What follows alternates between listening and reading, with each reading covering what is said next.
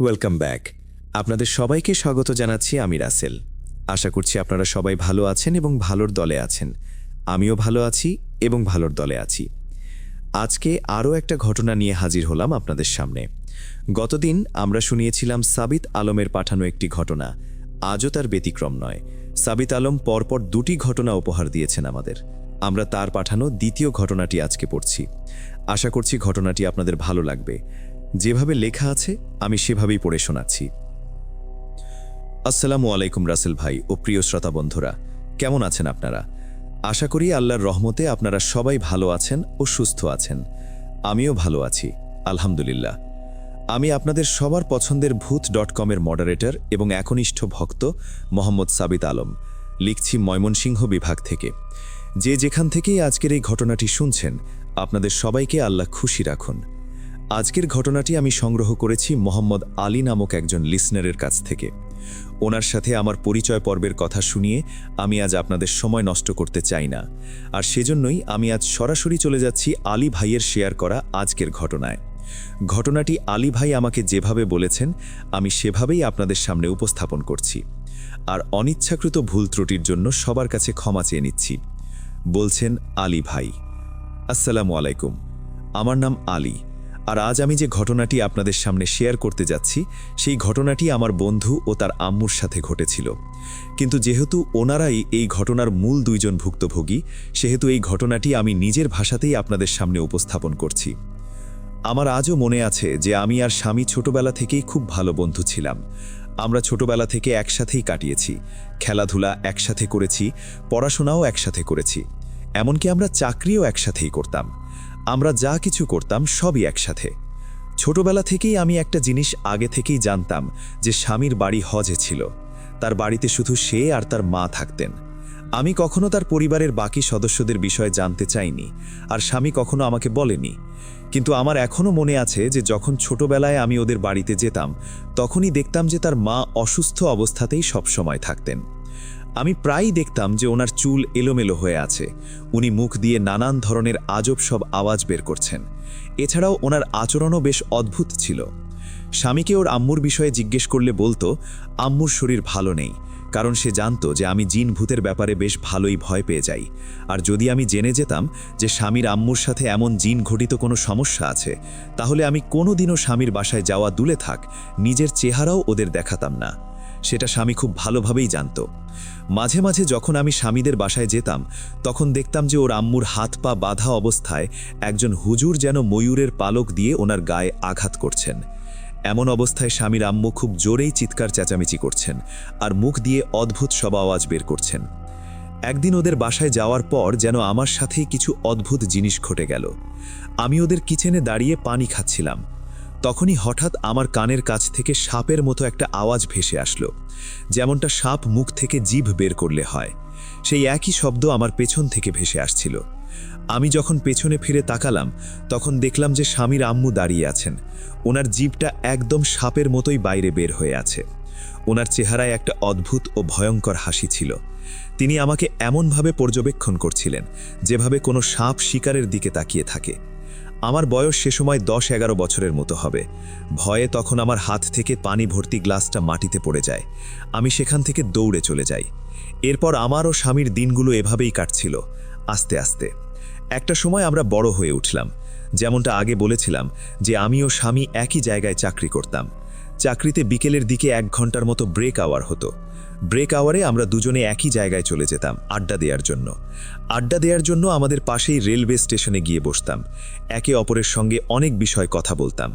সত্যি বলতে স্বামী নিজেও মুসলমান, কিন্তু বাড়ির নানান টেনশনের কারণে সে কিছুটা মাদকাসক্ত হয়ে গিয়েছিল। রেলওয়ে স্টেশনের কাছে একটি দোকানের পাশে থাকা কিছু ব্যক্তির কাছ থেকে সে নেশা জাতীয় দ্রব্য কিনত, আর আমি সর্বোচ্চ কোল্ড ড্রিঙ্কস এবং সিগারেট কিনতাম। একদিন স্বামী আড্ডার সময় আমাকে তার মায়ের লাইফের সমস্যাগুলো বলতে শুরু করে। শেষ অবধি সবই বলে সে, যা এত বছর নিজের কাছেই রেখে দিয়েছিল। হয়তো তার মনে হয়েছিল যে আমাকে জানানোর জন্য এটাই সঠিক সময়। সে আমাকে শুরু থেকে শেষ পর্যন্ত একটা একটা করে ঘটনা বলতে শুরু করে, কিভাবে আর কবে থেকে তার মায়ের সাথে এই সমস্ত সমস্যার শুরু হয়। ভাই, যখন আমরা এই নতুন বাসায় এসে উঠলাম, তখন সবাই বলতো যে আমাদের বাড়িতে জিনের বসবাস আছে। তখন আমার আম্মুও একদম ঠিক ছিলেন। একদিন সন্ধ্যায় যখন আমি বাসায় ফিরে এলাম তখন আম্মুকে কোথাও খুঁজে পেলাম না। এরপর স্বামী বলল যে অনেকটা সময় সে তার আম্মুকে ঘরের ভেতরে খুঁজতে থাকে। একটু পর রান্নাঘরে স্বামী দেখতে পায় যে ওর আম্মু বসে আছেন আর একা একা কার সাথে যেন কথা বলছেন। দুজনের গলার আওয়াজ শোনা যাচ্ছিল, কিন্তু স্বামীর আম্মুর সাথে যিনি কথা বলছিলেন তাকে দেখা যাচ্ছিল না। অর্থাৎ ইনভিজিবল কোনো একটা এন্টিটির সাথে আম্মু কথা বলছিলেন। স্বামীর আম্মু এমনভাবে দাঁড়িয়ে নির্দিষ্ট একদিকে তাকিয়ে কথা বলছিলেন যেন উনি কার সাথে আই কন্ট্যাক্ট করছেন এটা বোঝা যাচ্ছিল না। এই দৃশ্য দেখে স্বামী তার আম্মুকে ডাক দিতে চায়, কিন্তু কোনো পাত্তা দেন না তিনি। এরপর স্বামীর মনে হলো যে আন্টির সাথে যে ইনভিজিবল এন্টিটি রয়েছে সে আন্টির নজর স্বামীর দিকে ধাবিত করল। স্বামী অনেক ভয়ে ভয়ে আন্টিকে ডাকছিল, কিন্তু তবুও উনি স্বামীর দিকে তাকাচ্ছিলেন না। তবে স্বামী যখনই চুপ হয়ে গেল 1 মিনিটের মধ্যে আন্টি স্বামীর দিকে তাকালেন। এমন মনে হচ্ছিল যে আন্টির সাথে যে এন্টিটি ছিল সে আন্টিকে বুঝিয়ে দিল, তোমার ছেলে এখানে আছে। এরপর স্বামী আন্টিকে জিজ্ঞেস করল, আম্মু তুমি কার সাথে কথা বলছো? উনি বললেন, কারো সঙ্গে না। স্বামী নিজের মায়ের সাথে ঘটে যাওয়া এই ঘটনাগুলো আমাকে বলছিল, আর আমি বিমূঢ়ভাবে তাকিয়েছিলাম। ভাবছিলাম এই মানুষটা আমাকে কতটা বোকা বানিয়ে রেখেছে এতদিন। যদি জানতাম ওদের বাড়িতে জিনের বসবাস, তাহলে আমি ওদের বাড়ির ধারে কাছেও যেতাম না। তারপর স্বামী আমাকে আবারও বলতে শুরু করল। সেদিন তার মা সব কথাগুলো অস্বীকার করেছিলেন, বলেছিলেন কারো সঙ্গেই তিনি কথা বলছিলেন। কিন্তু পরের দিন সন্ধ্যাবেলায় যখন স্বামী আবার বাড়িতে এলো তখন সে একই দৃশ্য আবারও তার সামনে এলো। কিন্তু সেদিন সে তার মাকে ডাকেননি, বরং দরজার কাছে দাঁড়িয়ে শুনতে লাগলেন আন্টি কি বলছেন। আন্টি যেন অদৃশ্য কাউকে বলছিলেন, আমাদের একটু আর্থিকভাবে সাহায্য করো, তার বদলে তোমরা যা বলবে তাই করব। এরপর নাকি আন্টি খুব গম্ভীর হয়ে হাসতে লাগলেন। মনে হচ্ছিল আন্টি যেন ইনভিজিবল এন্টিটির সাথে হাসি তামাশা করছেন। তারপর স্বামী আন্টির কাছে গেল এবং জিজ্ঞেস করল, আম্মু এসব কি করছো তুমি? স্বামী আস্তে আস্তে ভাবতে লাগলো যে তার মায়ের মানসিক অবস্থার হয়তো অবনতি হয়েছে। সে চিন্তা করল যে আন্টিকে ডাক্তারের কাছে নিয়ে যাওয়া উচিত, কিন্তু ডাক্তারের ভাষ্যমতে আন্টি নাকি একদম স্বাভাবিক ছিলেন, অর্থাৎ ওনার কোনো সমস্যাই ছিল না। স্বামীদের আর্থিক অবস্থা খুবই খারাপ ছিল। ছোটবেলায় তার মায়ের কোনো আত্মীয় ছিলেন যিনি প্রতি মাসে তাদের কিছু টাকা দিয়ে সাহায্য করতেন, তাই তাদের সামান্য কিছু টাকায় সংসার চলত। হয়তো এই কারণেই তার মায়ের টাকার এই অভাব মেটানোর জন্য ইনভিজিবল এক এন্টিটির কাছে সাহায্য চাচ্ছিলেন তিনি, আর আন্টি সেই মুহূর্তের টাকার বিনিময়ে যে কোনো কিছু করতে রাজি। আমাদের ব্রেক আওয়ারে আর আধ ঘন্টা বাকি ছিল। আমি তখন স্বামীকে জিজ্ঞেস করলাম, তারপর কি হয়েছে? তখন সে বলল যে আমাদের বাড়িতে এরপর থেকে নানান ধরনের অদ্ভুত ঘটনা ঘটতে লাগলো। আমার মনে হতো যে অনেক মানুষ ঘুরে বেড়াচ্ছে আমাদের বাড়িতে, কিন্তু কাউকেই দেখতে পেতাম না, শুধু অনুভব করতে পারতাম, বাস্তবে কাউকেই দেখতাম না। এরপরে স্বামী আমাকে যা বলল সেটা আমি একদমই বিশ্বাস করতে পারলাম না। সে বলছিল আন্টি নাকি ওই ইনভিজিবল এন্টিটির জন্য খাবার বানিয়ে রাতের বেলা রেখে দিত, আর সেগুলো রান্নাঘর থেকে একা একাই উধাও হয়ে যেত। আমি বললাম, ভাই পাগলের প্রলাপ বন্ধ করো, আমি এসব বিশ্বাস করি না। আমার কথা শুনে তখন সে নিজের মায়ের কসম খেয়ে আমাকে বিশ্বাস করানোর চেষ্টা করল। আমার কাছে এটা একদমই অবাক করা ব্যাপার ছিল। আমি ভাবলাম হয়তো স্বামীর মা নিজেই খাবার লুকিয়ে রাখেন, আর স্বামী ভাবত যে সেই এন্টিটি খাবার নিয়ে গেছে। আমার মাথাতেই আসছিল না যে এসব এন্টিটি আমাদের মানুষের বানানো খাবার কেনই বা খাবে। কিন্তু স্বামী তার মাকে খুবই ভালোবাসত, আর আমি জানতাম যে সে কখনো তার মাকে নিয়ে মিথ্যে কসম খাবে না। তারপর স্বামী নিজের ঘটনার বাকি অংশ আমাকে বলতে লাগলো। খালি তোর মনে আছে যখন আমরা ছোট ছিলাম আর তুই আমাদের বাড়িতে আসতিস, তখন আম্মুকে দেখতি না যে আম্মুর হাত বা রশি দিয়ে বাঁধা থাকতো আর একজন হুজুর ওনার চিকিৎসা করতেন? হ্যাঁ মনে আছে, আমি দেখতাম। আমি তো অনেকবার আন্টিকে রশি দিয়ে বাঁধা অবস্থায় দেখেছি। আম্মু ধীরে ধীরে অসুস্থ হতে শুরু করে, তার উপরে পজেশনের প্রভাব বাড়তে থাকে। সে বলতে থাকে প্রথমে আন্টি কেবল অদৃশ্য সত্তার সাথে কথা বলতো, কিন্তু ধীরে ধীরে ওনার আচরণও অস্বাভাবিক হতে শুরু করে। উনি ভাঙা ভাঙা আর জাদরেলি ভাষায় নানান রকমের কথা বলতেন, আর বাড়ির ভেতরে নানান আসবাবপত্র ভাঙচুর করতেন।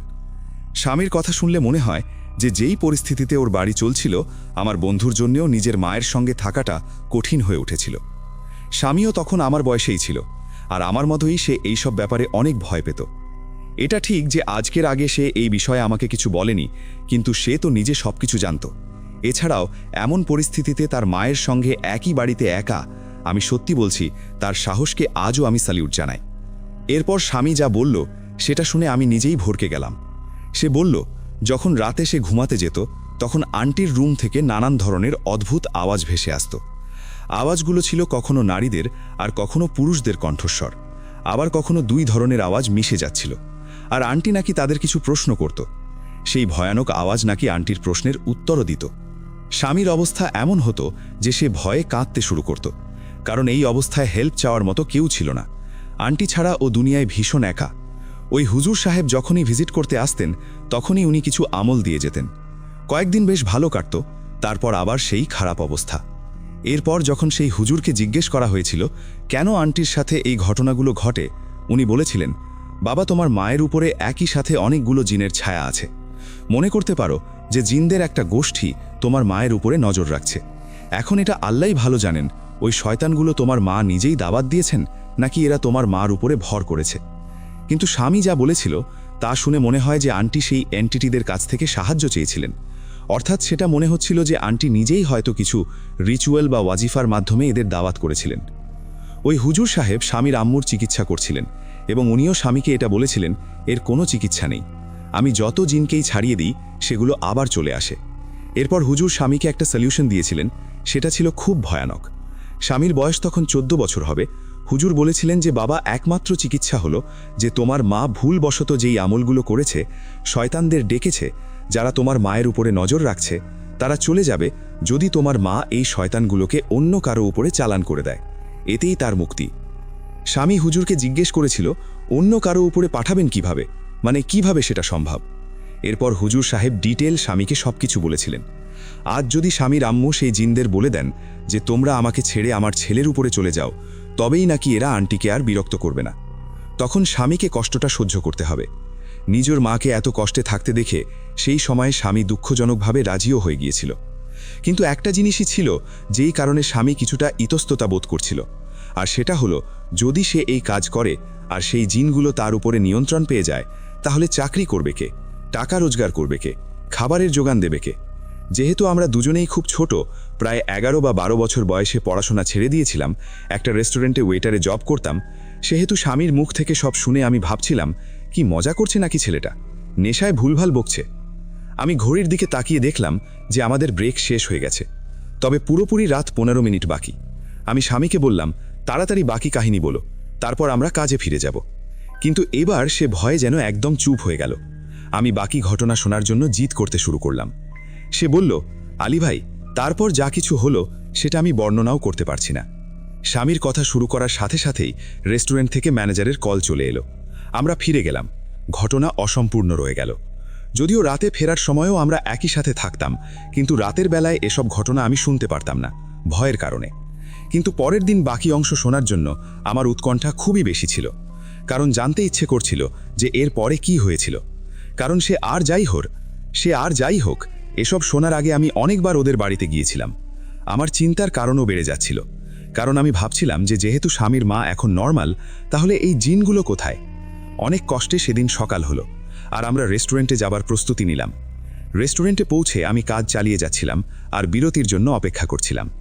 বিরতি হতেই আমি সিগারেট আর কোল্ড ড্রিঙ্কস নিলাম, আর স্বামীকে তার ব্যাগ নিয়ে রেল স্টেশনের দিকে রওনা দিতে দেখলাম। সিঁড়িতে বসেই আমি প্রথমে ওকে জিজ্ঞেস করলাম, যেহেতু সেই হুজুর বলেছিলেন যে তোর আম্মুর জিনগুলো অন্য কারো উপরে চালানো হতে পারে, তাহলে তুই তো যে কাউকে এই কাজের জন্য চয়েস করতে পারতি, তাই না?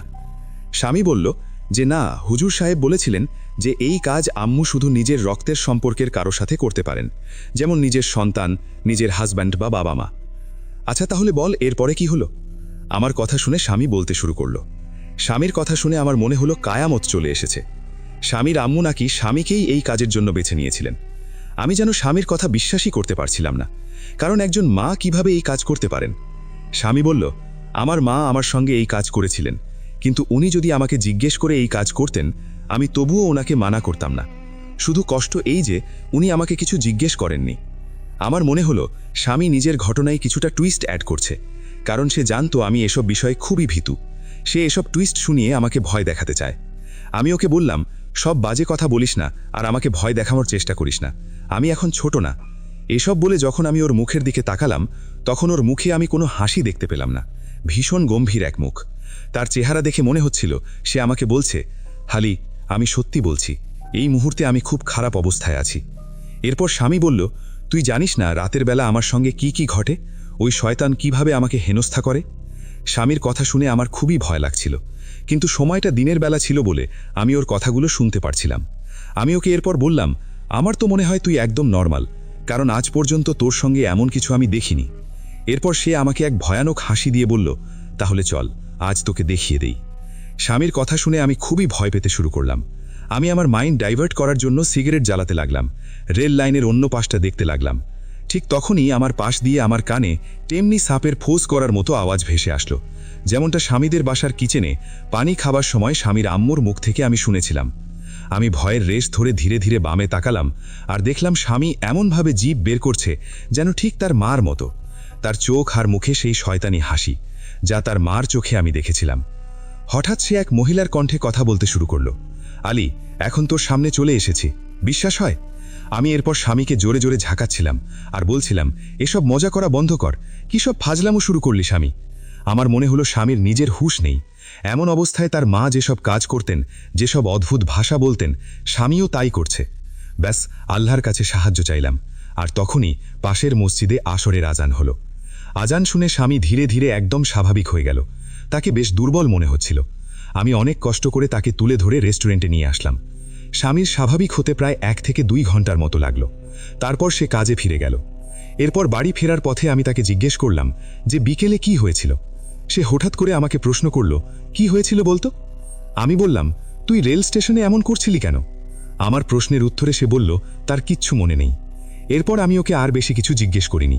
আমি ভাবলাম যে এমনি সে আজ ভীষণ দুর্বল, সুতরাং তাকে এসব বিষয়ে আর জিজ্ঞেস করাটা ঠিক হবে না। এরপর 1 বছর পর্যন্ত আর কিচ্ছু হয়নি। একদিন এমন একটি ঘটনা ঘটল যা আমি কখনোই আমার মাথা থেকে মুছতে পারবো না। আমরা দুজন একটি দরগাতে গিয়েছিলাম। আমরা বাইরে বসে জিলাপি খাচ্ছিলাম। জিলাপি খেতে খেতে বেশ দেরি হয়ে গিয়েছিল। যেহেতু দেরি হয়েছিল আর আমাদের চাদর চড়ানোর কথা ছিল, সেহেতু আমাদের দেরি হয়ে যাচ্ছিল। আমি স্বামীকে বললাম, তুই এখানে বস, আমি গিয়ে চাদর চড়িয়ে আসি। যখন আমি ভেতরে গিয়ে চাদর চড়িয়ে এলাম, তখন আমার জন্য এমন একটি দৃশ্য অপেক্ষা করছিল যা আমি জীবনে আর কখনো দেখিনি। স্বামীর হাতের মুঠোয় এসে ছুরি নিয়ে বসেছিল, আর ওই ছুরি দিয়ে নিজের হাতে কাটাছেড়া করছিল, আর জোরে জোরে চেঁচাচ্ছিল, অদ্ভুত ভাষায় কথা বলছিল। এসব দেখে ওর চারপাশের লোকজন জড়ো হয়ে গেছে। আমি তখন স্বামীর কাছে গিয়ে ওর হাত থেকে ছুরি ছিনিয়ে নিতে চাইলাম, যেন সে নিজের ক্ষতি করতে না পারে। কিন্তু সেখানে থাকা লোকজন আমাকে ধরে বলল, এই মুহূর্তেই ছেলের উপরে জিনের হাজিরি হয়েছে। এই মুহূর্তে যদি তুমি আমার কাছে যাও তাহলে তোমারও ক্ষতি হতে পারে। ব্যাস, আমি তখন হেল্পলেস একজন ব্যক্তির মতো দাঁড়িয়ে স্বামীকে দেখছিলাম। সে তার নিজের হাত জখম করছে। একটু পরে সে নিচ থেকেই হঠাৎ করে চোখ বুজে মেঝেতে উল্টে পড়ল। আমি দ্রুত ওর কাছে গিয়ে ছুরি সরিয়ে নিলাম আর তার মুখে পানি ঢালতে শুরু করলাম। এরপর তার জ্ঞান ফিরে আসে, কিন্তু খুব খারাপ অবস্থায় ছিল সে। এরপর ওকে আমি একটা ট্যাক্সিতে করে নিয়ে যাই হাসপাতালে, চিকিৎসা করালাম। আজও আমার বন্ধু স্বামী এসব জিন ঘটিত সমস্যার শিকার, আর ওর চিকিৎসাও চলছে। কিন্তু একটা কথা আমি আজও বুঝতে পারিনি, ওর মা কিভাবে এই জিনদের নজরে এলেন? উনি কি কোনো ওয়াজিফা করেছিলেন নাকি কোনো রিচুয়াল? মানলাম যে অভাব প্রয়োজন মানুষকে অনেক কিছু করতে বাধ্য করতে পারে, কিন্তু এটা কিভাবে সম্ভব যে একজন মা তার নিজের সন্তানের উপরে শয়তান চালু করবেন, তাও এই কারণে যে তিনি যেন সুস্থ হয়ে উঠবেন? আমি আজ পর্যন্ত এর কোনো উত্তর খুঁজে পাইনি। এমন স্বার্থপর মা দেখিনি, এবং আমার মধ্যে আর দ্বিতীয়বার এমন কোনো সাহসও হয়নি যে আমি স্বামীর সাথে বা তার মায়ের সাথে দেখা করব। আমি আপনাদের সকল শ্রোতাদের একটি পরামর্শ দিতে চাই, আপনারা কখনো এমন ওয়াজিফা বা রিচুয়াল করবেন না যা আপনাদের নিজেদের বিপদে ডেকে আনতে পারে। এই ছিল আমার বন্ধু স্বামীর ঘটনা। স্বামীর জন্য সবাই দোয়া করবেন। আল্লাহ হাফেজ। প্রিয় লিসেনার্স, এই ছিল আপনাদের জন্য আমার কালেক্ট করা আজকের ঘটনা। যদি ভালো লেগে থাকে তবে আমি কৃতজ্ঞ। ফিরে আসবো আবার নতুন কোনো ঘটনা নিয়ে নতুন কোনো এপিসোডে। ততদিন পর্যন্ত ভালো থাকুন, সুস্থ থাকুন, আর ভূত.com-এর সাথে থাকুন। আমি সাবিত আলম বিদায় নিচ্ছি ময়মনসিংহ থেকে। আল্লাহ হাফেজ। এই বলেই তিনি তার ঘটনা শেষ করেছেন। যদি ঘটনা ভালো লাগে অবশ্যই আমাদের জানাবেন। আমরা চলে যাব আমাদের আজকের পরের ঘটনায়। আজ আবার শুনতে পাচ্ছেন? শব্দটা আমার আয়নার ভেতরে রোজ এভাবেই আসে। Welcome back. আপনাদের সবাইকে স্বাগত জানাচ্ছি। আমি রাসেল। আশা করছি আপনারা সবাই ভালো আছেন এবং ভালোর দলে আছেন। আমিও ভালো আছি, ভালোর দলে আছি। আর এই মুহূর্তে আমরা অডিও ক্লিপে যাব। আশা করছি আমাদের অডিও ক্লিপটি প্রথম থেকে শেষ পর্যন্ত আপনাদের ভালো লাগবে, শুনবেন আশা করব আমরা। কথা না বাড়িয়ে সরাসরি চলে যাচ্ছি ঘটনায়। হ্যালো রাসেল ভাই। Hello everyone. আসসালামু আলাইকুম। সবাই আশা করি ভালো আছেন। রাসেল ভাই, আপনিও ভালো আছেন, কারণ আপনি সবসময় ভালো দলে।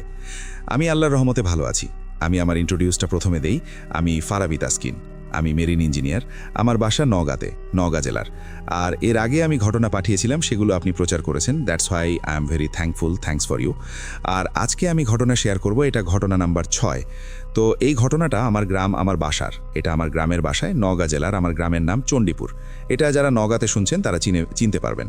তো ওখানে একটা ঘটনা ঘটেছিল, তো ঘটনাটা আমি আজকে শেয়ার করব। সবাই শিপ রিলেটেড ঘটনা শুনতে চাই, আমি এর আগে সবগুলো শিপ রিলেটেড ঘটনাই পাঠিয়েছিলাম। আজকে আমার সাথে ঘটনা ঘটা বা আমার দেখা একটা ঘটনা, সেটা শিপ রিলেটেড না, যদিও এটা অতটা ভৌতিক না হতে পারে, বাট এটা একটা লাইফে অ্যাচিভমেন্ট বলা যায়, আমি যেটা অবজার্ভ করেছি বা আমি গেইন করছি।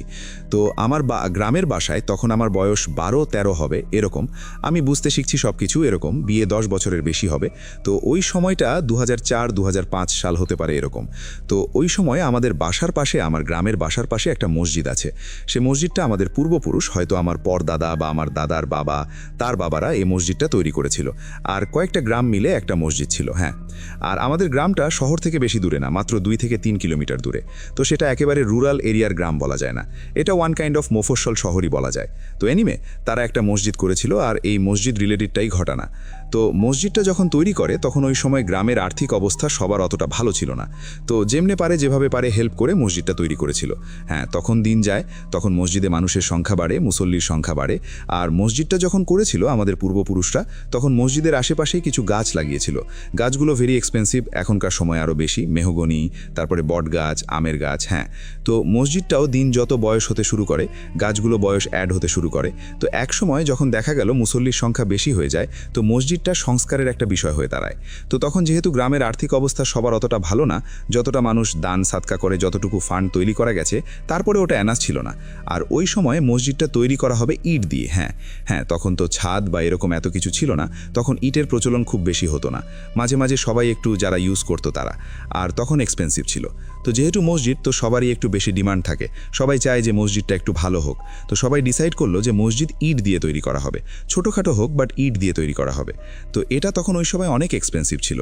তো যাই হোক, সবাই ফান্ড রেডি তৈরি করার কাজ করে গেল, চাঁদা বা দান সাদকা করে কিছু টাকা আর্থিকভাবে উঠানো হলো। তারপরে ওটা it's part quite enough. So তারপরেও যেহেতু টাকা শর্ট হয়ে যায় বা হচ্ছে না, তখন মসজিদ কর্তৃপক্ষ বা মসজিদের যারা মুসল্লিরা যারা ছিল, সিনিয়র সিটিজেন, তারা ডিসাইড করলো যে মসজিদে যে গাছগুলো লাগানো হয়েছিল, এই গাছগুলো তো মসজিদের জন্যই লাগানো হয়েছিল। তো আজকে যদি মসজিদের জন্য লাগতেছে, তো অবশ্যই এখানে আল্লাহর রহমত আছে। তো গাছগুলো কাটার ডিসিশন নেওয়া হয় যে গাছগুলো বিক্রি করে যে টাকা হবে সেটা মসজিদ ফান্ডে করে আমরা মসজিদের সংস্কার করব। তো যেভাবে সেই কাজ। তো এমতো অবস্থায় মসজিদের যে ইমাম সাহেব ছিল, উনি এখনও বেঁচে আছেন, উনি খুব ভালো একজন মানুষ, সবাই ওনার জন্য দোয়া করবেন, আমিও দোয়া করি। তো ওনাকে রাতের স্বপ্নে দেখায় যে আমরা এই গাছে থাকি, হ্যাঁ, আমরা তোমাদের সাথে নামাজ পড়ি, তোমাদের কখনো বিরক্ত করি না, কাউকে আমি কোনো ক্ষতি করি না, তো এই গাছগুলো কেটো না, এটা আমাদের বাসস্থান, আমরা মসজিদের সাথে থাকি, আমরা ধার্মিক জিন, হ্যাঁ, তো আমরা কারো ক্ষতি করব না। তো যাক, এটা ইমাম সাহেব নিজেকে একটা স্বপ্ন বলে হয়তো করে না অতটা, বাট উনি জিনিসটা শেয়ার করেছিল। তো মসজিদের যে মুয়াজ্জিন ছিল আজান দেয়, তাকে বা মসজিদের যারা আছে তাদেরকে শেয়ার করেছিল। তো ওরা এতটা গ্রাহ্য হিসেবে নেয় না, কারণ আমরাও শুনেছি ছোটবেলা থেকে যে ওই গাছগুলোতে জিন বাস করে, আমরা পূর্বপুরুষের কাছ থেকেই শুনে এসেছি। তো আমরা ওই মসজিদ এরিয়াটায় পাক পবিত্র হয়ে বা আমরা এভাবে যাইতাম বা করতাম, আমরা ওখানে বেশিটা অতটা করতাম না। হ্যাঁ, আর ওই গাছগুলো তো সবসময় চড়া বা ভোগ দখল করা হতো না। তো আর আমি আমার লাইফে আমি কখনো শুনি নাই যে তারা কাউকে বিরক্ত করেছে বা করছে। হ্যাঁ, আমি এটা শুনেছি যে মসজিদে অনেকবার চোর আসছিল, তো চোরগুলো অজানা কি কারণে চুরি তো করতেই পারে নাই, তো হয়তো তাদের জন্য কিছু ভয় বা এসব পেয়ে তারা চলে যায়। তো মসজিদে আল্লাহর রহমতে কোনো চুরি বা এরকম হয় না, আমি এখন পর্যন্ত শুনি নাই। এটা ছাড়া অন্য কোনো খারাপ কিছু আমরা করি নাই, অবজার্ভ করি নাই। তো যাই হোক, তো যে ভাবা সেই কাজ তারা ডিসাইড করে এবং গাছ যারা কাটবে তাদের সাথে কথাবার্তা বলে, গাছ কেটে কাটার ব্যবস্থা করে ফেলে। তো তার কয়েকদিন পর যখন গাছ কাটবে, তার আগের দিন মসজিদের মুয়াজ্জিনকে ওই সেম স্বপ্নই, ওরকম টাইপের স্বপ্ন আবার ওরা দেখায় যে আমরা এখানে আছি, আমরা তোমাদের কি ক্ষতি করছি, আমাদের বাসস্থান কেন তোমরা নষ্ট করছো, আমরা আমাদের এখানে থাকতে দাও, আমরা কারো ক্ষতি করব না। তো উনিও এই জিনিসটা সবাইকে জানায়। এখন সবাই নিরুপায়, কারণ ওই সময় তো টাকা দরকার। হ্যাঁ, তো মসজিদের সংস্কার করতে হবে। তো যাই হোক, ওরা বলছে যে আমরা একটা মিলাদ দিলাত করে এই জিনিসগুলো আমরা করে দিব, যেহেতু আমাদের দরকার, আমরা তো ইচ্ছা করে আর করতেছি না। তো পরে 2-1 দিন পর গাছগুলো কাটা হলো। কাটার পরে তখন ওই সময় তো ব্যাংক ছিল, বাট ব্যাংকে মানুষ এতটা নির্ভরশীল ছিল না। হয়েছিল। তো ওই গাছটা কেটে ফেলার সাথে সাথেই আরও কয়েকটা গাছ আমরা লাগাই দিই, হ্যাঁ, যে আমরা তাদের ডিস্টার্ব করব না, যেহেতু তারা আমাদের ক্ষতি করছে না, তারা আল্লাহর ভক্ত বা আল্লাহর বিধান মানছে, আমাদের সাথে নামাজ পড়ছে, আমরা তাদের কেন ক্ষতি করব, ডিস্টার্ব করব। সো তারাও আমাদের কখনো ডিস্টার্ব করে না। তো এইভাবেই চলছে। মসজিদেও কয়েকবার সংস্কার হয়েছে। তো সবার কাছে দোয়া প্রার্থী যে আমাদের মসজিদটা আরও ভালোভাবে সামনের দিকে আগায় যাক। আর ঘটনাটা ভয়ের না হলো, এটা একটা শিক্ষামূলক ঘটনা যে আমাদের আশেপাশে আমাদের অজান্তে অনেক কিছুই আছে যেটা আমরা বিশ্বাস করি না, যেটা আমাদের অনেকে ভূত বা জিন এসবে বিশ্বাস করতে চায় না। বাট রাসেল ভাই যেহেতু আল্লাহ তাআলা কুরআনেই তো একটা সূরাই নাজিল করে দিয়েছেন এবং আল্লাহ তাআলা ঘোষণা দিয়েছেন যে মানুষ, জিন এবং ফেরেশতা দুনিয়া তৈরি করেছেন। তো সেক্ষেত্রে জিনকে বিশ্বাস করাটা আমাদের ইমানের একটা অংশ হয়ে দাঁড়ায়। তো আমি বিশ্বাস করি আর এটা বিলিভ করাটা উচিত, জিন আছে, কিছু ভালো আছে, কিছু খারাপ আছে। তো যাই হোক রাসেল ভাই, এটা ছিল আমার ঘটনা, যদিও ভয়ের না হলো, এটা একটা শিক্ষামূলক ঘটনা। আশা করি সবার ভালো লাগছে। এরপর আবার কোনো ঘটনা নিয়ে আপনাদের সাথে উপস্থিত হব ইনশাল্লাহ। সবাই আমার জন্য দোয়া করবেন। আল্লাহ হাফেজ। আমি অশরীরী দেখতে পাবে না গো, এতকাল ধরে শুনতে কি পাও না তবু। ওয়েলকাম ব্যাক, আপনাদের সবাইকে স্বাগত জানাচ্ছি। আমি রাসেল। আশা করছি আপনারা সবাই ভালো আছেন এবং ভালোর দলে আছেন। আমিও ভালো আছি, ভালোর দলে আছি। কথা না বাড়িয়ে আমরা সরাসরি চলে যাব আমাদের আজকের দ্বিতীয় ঘটনায়। যেভাবে লেখা আছে আমি সেভাবেই শুরু করছি। আসসালামু আলাইকুম রাসেল ভাই, আশা করি ভালো আছেন, কেননা আপনি সবসময়ই ভালোর দলে। আমি নাবিল জামালপুর থেকে বলছি। সবসময় ভূত.com-এর সাথে ছিলাম, শুনে আসছি, সামনেও শুনে যাব। তো এতদিন শুধু অন্যের ঘটনা শুনেছি, ভয় পেয়ে এসেছি। রিসেন্টলি আমার একটি ঘটনাও আপনার কণ্ঠে শুনিয়েছেন, যা আমার খুবই ভালো লেগেছে। তবে একটা জিনিস খারাপ লেগেছে, আমার আগের ঘটনাটি পাঠানোর প্রায় বছরখানেক পর সেটা সিলেক্টেড হয়। যাই হোক, তারপর তিনি তার ঘটনা লিখেছেন এবং আমি বলি, আপনার আগের ঘটনাটি অনেক দেরি করে আমরা সিলেক্ট করলেও এই ঘটনাটি খুব দ্রুতই আমরা সিলেক্ট করছি, কারণ আপনি একে পাঠিয়েছেন 15ই জুন। চলুন শুরু করা যাক। আমার খুবই কাছের বন্ধু প্রাণ, তার এক দুঃসম্পর্কের মামা ছিল যার নাম ছিল সুমন। তার সাথে মাঝে মাঝে এই রাস্তায় দেখা হতো। তিনি খুবই হাস্যজল মানুষ ছিলেন, বলতে গেলে খুবই মজার মানুষ আর কি। সবার সাথেই মজা করে বেড়াতেন সব সময়। তার বাড়ি ছিল নদীর পাড়ে, যা আঞ্চলিক ভাষায় আমরা চর বলে থাকি। তো একদিন আমি আর প্রাণ প্রায় রাত 1টায় বের হয়েছিলাম একটু হেঁটে ঘুরে বেড়াতে। তো প্রতিবারের মতো সুমন মামার সাথে সে রাতেও দেখা হয়ে যায় রাস্তায়। তিনি তখন বাড়ির দিকে যাচ্ছিলেন। তো মজার ছলেই মামাকে বললাম, মামা এত রাতে বাড়ি যাচ্ছেন, শয়তান তো ঘাড় মটকাবে। মামা একটু রেগে গিয়েই বললেন, এত রাতে সমস্ত শয়তানি কথাবার্তা বলো তো। আমি কিছুটা অবাক হলাম, মামা তো এমনভাবে কথা বলেন না কখনো। এরপর মামা তেমন কিছু না বলে চলে গেলেন আর আমাদের বলে গেলেন, রাত করে বাইরে থেকো না। আমি কিছুটা অবাকই হলাম। পরে কিছুক্ষণ ঘুরে যার মতো বাড়ি চলে গেলাম। তো বেশ কিছুদিন পর এক বিকেলে মামার সঙ্গে দেখা হলে আমি জিজ্ঞেস করলাম, মামা সেদিন রাগ করেছিলেন কেন, ঘটনা কি? তখন মামা বলেন, আসো আলাপ করি। একে তো রাত করে বাইরে ঘুরছো, তার মধ্যে শয়তান নিয়ে ফাজলামি করছো, এটা ঠিক না। তুমি কি জানো শয়তান নিয়ে নদীর চরে কি হয়েছে আমার সাথে? না তো মামা, কি হয়েছে বলেন তো। তাহলে শোনো এই কাহিনী, সত্যি কাহিনী। প্রায় 5-7 মাস আগের কথা। তুমি তো জানোই আমি নদীর পাড়ের ওই চরে থাকি। আমার মাছ মারার নেশাও কিন্তু অনেক। তুমি হয়তো জানো না, কিন্তু তোমার বন্ধু প্রাণ ও ভালো করে জানে। তো নদী শুকিয়ে গেলেই আমরা মাছ মারি, সারাদিনই মাছ মারতাম। আগে মাঝে মাঝে রাত করেও সেই নদীর চরে যেতাম। তো সেই দিন রাতে এক ঘটনা ঘটে গেল, আর সেটি শয়তান নিয়ে। আর এই জন্যই শয়তান নিয়ে এই হাসি ঠাট্টা করাটা আমি একদম পছন্দ করি না। তো কি কাহিনী হয়েছে শোনো, তোমার বন্ধু থাকলে আরও ভালো হতো, একসাথে শুনতে পারতে। সেদিন বিকেলে বড়শি নিয়ে মাছ মারতে গিয়েছি ওই নদীতে, ওই পারে শ্মশানের দিকটায়।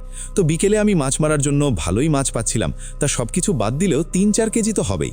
মাছ মারতে মারতে কখন যে বিকেল শেষ হয়ে সন্ধে হয়ে গেছে টেরও পাইনি। তো আমার কাছে সেই দিন একটা টর্চ লাইট থাকায় আমি চিন্তা করলাম আরও কিছুক্ষণ বসি, তাহলে আরও 1-2 কেজি মাছ পাবো। তো আরও বেশ কিছুক্ষণ বসে দেখি ভালোই মাছ পাচ্ছি। পরে চিন্তা করলাম আজকে রাত্রে মাছ পাবো ভরপুর। তাই মনে মনে চিন্তা করলাম যে রাত 12টায় খেয়ে দিয়ে বড়শি নিয়ে মাছ ধরতে আসবো। রাতের বেলাতেই বেশি মাছ ওঠে বড়শিতে। এই ভাবনা নিয়েই যে মাছ পেয়েছিলাম তা নিয়ে বাড়ির দিকে রওনা দিলাম। বাড়িতে গিয়ে মাছগুলো তোমার মামির হাতে দিয়ে গোসল করে একটা ভাত খেয়ে একটু বিশ্রাম নিয়ে মনে মনে চিন্তা করলাম, যাই নদীর পাড়ে গিয়ে দেখি এবার কেমন মাছ পাই। সময় তখন রাত 12টা। আমি একাই নদীর দিকে রওনা হলাম, বড়শি টর্চ এগুলো সাথে নিয়ে।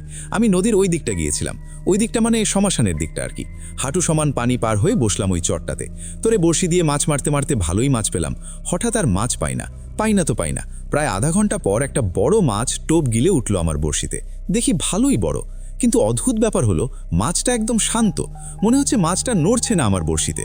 তাছাড়া মাছটা দেখতে যেমন ছিল, মাছটার লেজ ছিল না, আর চোখগুলো টকটকে লাল। আমি দেখে পুরোই অবাক, আরে এটা আবার কি। অন্যদিকে খুশিও হই একটা বড় মাছ পেয়েছি এটা ভেবে। তবে সব আমলে না নিয়ে মাছটা ঝাঁপিতে রেখে আমি আবার টোপ ফেলি। প্রায় কিছুক্ষণ পর আমার টোপে আবার টান লাগে। উঠিয়ে দেখি সেম আগের মাছটার মতোই আর একটা মাছ, একদম সেম সাইজ, লেজটা নেই, চোখটাও লাল। এবার দেখে একটু ভয় পাই, কারণ চর থেকে বেশ কিছু দূরে শ্মশানটাকে দেখা যাচ্ছে। পরে আমি ওই মাছটাকে ঝাঁপিতে যেই রাখতে গেছি তখন খেয়াল করি আমার আগের মাছটা নেই। আমি মনে মনে ভাবলাম হয়তো কোনো ফাঁক ফোকর দিয়ে বের হয়ে গেছে। আমি এত চিন্তা না করে আবার দ্বিতীয় মাছটা রাখলাম এবং টোপ ফেললাম। কিছুক্ষণ পর আবার আগের কাহিনী, সেই একই রকম মাছ পাই। এইবার আমি বেশ কিছুটা ভয় পাই। আমি মাছটা যেই রাখতে যাব দেখলাম আমার প্রথম মাছটার মতো দ্বিতীয় মাছটিও নেই। এবার আমার কাছে কাহিনী কিছুটা ভৌতিক মনে হলো। এর কারণ হলো, একে তো নদীর পাশে শ্মশান, তার উপরে এই নদীতেই বেশ কিছু দূরে লাশ পোড়ানো হয়, সেই সাথে লাশের ছাই এই নদীর পানিতে এসেই পড়ে। তার উপরে রাতও ভালো হয়েছে। তখন মাছ মারতে মারতে প্রায় 2টো বেজে গেছে। আমি মনে মনে চিন্তা করলাম, এখন আর এখানে থাকাটা ঠিক হবে না। আমি ঝাঁপির মাছগুলোতে চোখ ফেলে দেখি 3টে বড় মাছই ঝাঁপিতে যে জায়গায় থাকার কথা সেখানেই। কিছুক্ষণ আগেও খালি দেখেছিলাম। বাকি 2টো মাছ কোথা থেকে এলো? এবার আমি অনেক ভয় পেয়ে মাছ মারা বন্ধ করে উঠে পড়ি আর বড়শি ঝাঁপি নিয়ে নদী পার হতে যাই। পারও হয়ে যায়। যখনই আমি নদীর পাড়ে উঠি, ঠিক তখনই আমার ঝাঁপির ভেতরে কিছু নড়াচড়া করে। আমার মনে হয় হাত দিয়ে সামলানো যাবে না এমন নড়াচড়া। আমি তাড়াতাড়ি বাড়ির দিকে যেতে থাকি। ঘুরে আমি আবারও নদীর পাড়ে এসে পড়ি, যেদিক দিয়ে আমি চর থেকে পাড়ে উঠেছিলাম সেই দিকে। আমার মাথা পুরো এলোমেলো হয়ে যায়, আমার মাথা একদমই কাজ করে না। এরপর আমার সাথে আবার সেই একই কাজ হয়। আমি যতই বাড়ির দিকে যেতে থাকি, ততবারই আমি ঠিক একই জায়গায় এসে পড়ি। এর সাথে আমার হাতে থাকা ঝাঁপির ভেতরে নড়াচড়াও বন্ধ হয়ে যায়। ভাবলাম হয়তো মাছগুলো মরে গেছে, তাই আর নড়াচড়া করছে না। এরপর আমি একটা জিনিস লক্ষ্য করি যে আমার হাতে থাকা ঝাঁপিটার ওজন মনে হচ্ছে আস্তে আস্তে বেড়ে যাচ্ছে। হ্যাঁ, আমার অনুমান সঠিক, ওজন তো বাড়ছে। এক পর্যায়ে আমি ঝাঁপি হাত থেকে ফেলে দৌড়াতে থাকি বাড়ির দিকে। আমি যতই দৌড়াই, বাড়ির পথ কিছুতেই খুঁজে পাই না। সেই একই জায়গাতে দৌড়াতে থাকি। মনে হয় আমি অনেকক্ষণ ধরে চক্রাকারে একই জায়গায় ঘুরছি। প্রায় 1 ঘন্টা হয়ে যায়। আমি আর পারি না, আমার মাথা কাজ করা বন্ধ করে দেয়। আমি খালি চিন্তা করি কখন এটা বন্ধ হবে। পরে আমার মনে হয় এসব করে কোনো লাভ নেই, যা হবার হবে। এখন একটু জিরিয়ে নেই, কারণ আমার জীবন যায় যায় অবস্থা। ওই সময়ে একটু জিরিয়ে মরে গেলেও আমার আফসোস থাকতো না। তাই একটা গাছের নিচে বসি, আর সেখানেও আমি একটু শান্তি পাই। বসে আছি, 3-4 মিনিট পরে আমি আমার পাশে আবারও সেই ঝাঁপিটাকে দেখতে পাই, যেটাকে দৌড়ে আমি অনেক দূর ফেলে এসেছিলাম। ঝাঁপিটা আবারও নড়াচড়া করছে। আমি এবার সাহস করে ঝাঁপিটি খুলতে চাই। তারপর আমি যা দেখি আমি জীবনেও ভুলব না। আমি দেখি একটা ছোট ছেলের কাটা মাথা, ঝরঝর করে রক্ত পড়ছে। এটা দেখে আমি আর হুঁশে থাকি না, অজ্ঞান হয়ে যাই। যখন চোখ খুলি, দেখি ভোরের আলো ফুটছে, আজান দিচ্ছে। আমার পাশে সেই ঝাঁপিও নেই। আমি সেখানে আরেক সেকেন্ড দেরি না করে বাড়ি চলে যাই। পরে তোমার মামাকে সব কিছু বলি। তোমার মামা জানতে চায় এতক্ষণ কোথায় ছিলাম আমি। এই বলে মামা সন্ধ্যা আবার আগে উঠে পড়েন এবং প্রতিদিনের মতো বাড়ির দিকে রওনা দেন। যাওয়ার আগে আমাকে বলে যান, ভুলেও আর শয়তান নিয়ে কোনো ফাজলামি করবে না। আমি যে নদী, নালা, খাল, বিল, পর্বত খুবই পছন্দ করি আর এইসব একা একা ঘুরে বেড়াই, তাও মামা জানেন। তাই যাওয়ার আগে সাফ আমাকে নিষেধ করেন। তবে চলে যাওয়ার পর আমি মনে মনে ভাবলাম, মামা যেমন মানুষ, আমাকে শুধু শুধু একটা কাহিনী বলতে গেলেন কেন? নাকি সত্যি এই কাহিনীটা? এই নিয়ে জাগলো আমার মনে কৌতূহল। এমনিতেই সেই জায়গাটা আমার আগে থেকে পছন্দ, যেখানে মামার সাথে এই ঘটনা ঘটেছিল। যদিও আগে জানতাম না যে এমন হয়েছে তার সাথে। আমি আগে মাঝে মাঝে যেতাম নদীর জলে। তো মামার চলে যাওয়ার পর আমি ভাবলাম যে দেখা যাক কি হয়। বলে রাখা ভালো, আমি সাইকেলিং করতে খুব পছন্দ করি, সেই সাথে অফ রোডিং করতেও। মানে সবসময় সাইকেল নিয়ে আমি এবড়ো খেবড়ো রাস্তায় চলি, যেমন ধরেন শুকনা নদী, মাটির রাস্তা ইত্যাদি। তো কয়েকদিন পর একদিন বিকেলে ভাবলাম, যেহেতু এখন শুকনার মৌসুম, তো সাইকেল নিয়ে সেই নদীর চরটা ঘুরে আসা যাক। যেই ভাবা সেই কাজ, বেরিয়ে পড়লাম সাইকেল নিয়ে। পথে একদিন ভাতিজার সাথে দেখা হয়, তার নাম তনয়। তাকেও সাথে নিলাম। মনে মনে ভাবলাম, ওই জায়গায় যেহেতু যাচ্ছি, একা যাওয়ার চেয়ে 2 জন যাওয়া ভালো। তো হঠাৎ তনয় বলে উঠল, চাচা আসো, ঝিনাই ব্রিজ থেকে ঘুরে আসি। আমি আর মানা করলাম না। ভাবলাম ব্রিজ থেকে ঘুরে এসে না হয় যাব নদীর চরে। যেই ভাবা সেই কাজ। আমরা ব্রিজ থেকে ঘুরে আসতে আসতে সূর্য প্রায় ডুবে গেছে। আমি রাস্তায় তনয়কে বললাম, চল, সময় তো আছেই, নদীর চর থেকে ঘুরে আসি। তনয়ও না করল না। এরপর আমরা আস্তে আস্তে যেতে শুরু করি। সূর্যের আলো তখনও ডুবে যায়নি। তনয় আমাকে বলতে লাগলো যে, চাচা সন্ধ্যায় আগে বাসায় যেতে হবে, তাড়াতাড়ি চল। আমি বললাম, সমস্যা নেই, তোর কাছে টর্চ তোলা আছেই। মনে রাখা ভালো, ওর সাইকেলে এমন একটি লাইট ছিল যা অনেক দূর পর্যন্ত দেখা যায়। তো আমরা একসময় যেতে যেতে সেই শ্মশানের কাছে পৌঁছে যাই। সূর্য তখন প্রায় ডুবু। এর মাঝেই তনয়ের ভয়, কারণ ও শ্মশান অনেক ভয় পায়। ও আমাকে তাড়াহুড়ো করে বলে, আমি গেলাম, তুমি থাকো। আমি তখন আর দেরি না করে বাসার দিকে রওনা দেই। তখন পুরো দমে অন্ধকার হয়ে গিয়েছিল। আসার সময় যেই রাস্তা দিয়ে এসেছিলাম সেই রাস্তা আর নেই। সেখানে কয়েক মিনিটের মাঝেই খালে পরিণত হয়েছে। তনয় আমাকে কিছুটা আগের মতোই বলল, দেখো চাচা, তোমাকে আগেই বললাম অন্ধকার নামার আগে চলে আসতে, তুমি শুনলে না? তখন আমার মনে ভয় গেঁথে বসে, কারণ আমার সাথে সুমন মামার মতো কাহিনী আবার না হয়ে যায়। আমি তো ওনাকে কিছু বুঝতে না দিয়ে বলি, আরে ধুর, আমি তো সাথে আসি, চল। এই বলে টর্চ নিয়ে আমি এগিয়ে থাকলাম। এরপর আমরা কিছুক্ষণ পথ চলার পরেই কিছু কুকুরের ঘেউ ঘেউ আওয়াজ পাই। তখন অবশ্য শব্দটা কম ছিল, কারণ কুকুরগুলো আমাদের থেকে অনেকটা দূরে ছিল। তবে আমরা আরও কিছু দূর যাওয়ার পর আওয়াজটা বাড়তে থাকে। আমরা কুকুরগুলো দেখে যাচ্ছিলাম, কারণ ওই রাস্তা ছাড়া আর কোনো বিকল্প রাস্তা আমাদের নেই। এরপর আমরা যখন আরও কাছে যেতে থাকি, তখনই আমরা আনুমানিক, আমি ভুল না হলে 4 থেকে 5টা কুকুর দেখতে পাই। তবে ভয়ের বিষয় হলো যে এমন কুকুর আমরা এর আগে কখনো দেখিনি মাঝ নদীতে, যেখানে কুকুর থাকার কোনো কথাই নয়, আর সেখানে এতগুলো কুকুর, তাও অস্বাভাবিক বড় আকৃতির। আমরা এই দেখে সাইকেল রেখে দৌড় দিতে নিয়েছিলাম, কারণ শুকনো নদীর রাস্তা ছিল এবড়ো খেবড়ো, সাইকেল চালিয়ে যাওয়াটা খুবই কষ্টসাধ্য। সেই সাথে আরও একটা জিনিস লক্ষ্য করেছিলাম, যে কুকুরগুলো কিছু একটা নিয়ে নিজেদের মধ্যে মারামারি করছে। আমরা ভেবেছিলাম হয়তো খাবার হবে। এরপর আমরা সেই রাস্তা যেখানে কুকুরগুলো দেখেছিলাম সেখানে গিয়ে কিছুক্ষণ অপেক্ষা করি, কারণ সেই রাস্তা ছাড়া আর যাওয়ার কোনো উপায় ছিল না। সেই রাস্তা বলতে আমি বুঝাচ্ছি কুকুরগুলো যেখানটায় মারামারি করছে। প্রায় 7 থেকে 10 মিনিট অপেক্ষা করার পর কুকুরগুলো চলে গেল, আমরা রওনা দিই। আর তারপর যা আবিষ্কার করি তা কখনোই ভুলব না। আমরা দেখি যেখানে কুকুরগুলো মারামারি করছিল সেখানে রক্তের ছড়াছড়ি। তনয় দেখে থরথর করে কাঁপছিল। তারপর যা হলো তা আরও ভয়ানক। আমরা এর থেকে কিছু দূর যেতেই দেখি সেখানে একটা কাটা মাথা পড়ে আছে এবং তার চারপাশে কামড়ানো দাগ, আঁচড়ের দাগ। মাথাটি একটা ছোট শিশুর। মামা যেমনটা বর্ণনা দিয়েছিলেন তেমনি। পরে মনে মনে ভাবি, মামা সত্যি বলেছিলেন, নদীর চরে কিছু একটা তো আছেই। আমি আরও মামার ঘটনা হালকাভাবে নিয়েছিলাম, তবে আমার সাথে প্রায় একই ঘটনা ঘটার পরে বুঝতে পারলাম শয়তানের মোহ বলে কিছু একটা আছে ভাই। এই বলে তিনি তার ঘটনা শেষ করেছেন এবং তারপরে তিনি আরও অনেক কিছু লিখেছেন। মামার অংশটি তিনি আঞ্চলিক ভাষায় লিখেছিলেন। আমি এটা শুদ্ধ ভাষায় বা প্রমিত ভাষায় পড়েছি, এজন্য আপনার কাছে আগেই ক্ষমা চেয়ে নিচ্ছি। এটা সবার বোঝার সুবিধার্থেই আমাকে পড়তে হয়েছে এবং আমার মনে হয় যে আপনার এই ঘটনাটি সবার ভালো লাগবে। যদি ভালো লাগে, আপনার মতো আমি অনেক বেশি খুশি হব। আমরা চলে যাচ্ছি আমাদের পরবর্তী ঘটনায়। আবারও রাতের আধারে ভয়ের রাজ্য ফুরে ফিরেছি সেই পুরনো সুরে। বিশ্বাস করা বা না করা আপনার ব্যাপার, বাট oldmusic.com। আরও একবার আপনাদের স্বাগত জানাই। সেদিন দেখলাম ইউটিউবের কমেন্ট সেকশনে কেউ একজন লিখেছেন, আমি অনেক বেশি কথা বলি, সেজন্য অনেকেই বেশ বিরক্ত। আমি এই ফিডব্যাকটা আসলেই চাই। খুব বেশি আমরা যেহেতু কথা বলা কমিয়ে দিয়েছি, SMS পড়া কমিয়ে দিয়েছি, কমেন্ট পড়া কমিয়ে দিয়েছি, তারপরে কথাগুলো শুনতে হচ্ছে, আমি ঠিক জানি না কেন। যাই হোক, আমি কথা না বলে বরং ঘটনায় চলে যাই। আমরা দ্বিতীয় অডিও ক্লিপে যাচ্ছি। আসসালামু আলাইকুম রাসেল ভাই, আমি ইরফান ইসলাম ইরম বলছি রংপুরের আইডিয়াল মোড় থেকে। রাসেল ভাই, আজকে যে ঘটনাটি আমি শেয়ার করব, এই ঘটনাটি আপনার আগের শো ভূত FM এবং ভূত.com-এর শ্রোতা মহিদ্দুল ভাই আমাকে শেয়ার করেছেন। মহিদ্দুল ভাইয়ের গ্রামের বাড়ি হচ্ছে বগুড়া জেলা সদর শহরেই। এই মহিদ্দুল ভাইয়ের সাথে বেশ কিছুদিন আগে আমার সাথে মোহাম্মদপুরে দেখা হয় একটি চায়ের দোকানে। তিনি আমার পূর্ব পরিচিত ছিলেন, সেদিনও তার সাথে দেখা হয়। তো তখন তিনি আমাকে এই ঘটনাটি শেয়ার করে এবং আমাকে বলে ভূত.com-এ পাঠিয়ে দিলে আমি খুশি হতাম। তিনি ঠিক যেভাবে ঘটনাটি আমাকে বলেছেন, আমি ঠিক তার মতো করেই বলার চেষ্টা করছি। আমার বলার ভঙ্গিতে বা শব্দচয়নে ভুল হলে ক্ষমা সুন্দর দৃষ্টিতে দেখবেন রাসেল ভাই। তো রাসেল ভাই, আমি কথা না বাড়িয়ে ঘটনা শুরু করছি। আমার বড় আব্বুর বাসায় এক দম্পতি কাজ করত, 2-3 বেলা খাবারের বিনিময়ে। গ্রামের সেই সময় অনেক অভাব অনটন ছিল, গ্রামের মানুষের মধ্যে তেমন একটা কাজ ছিল না।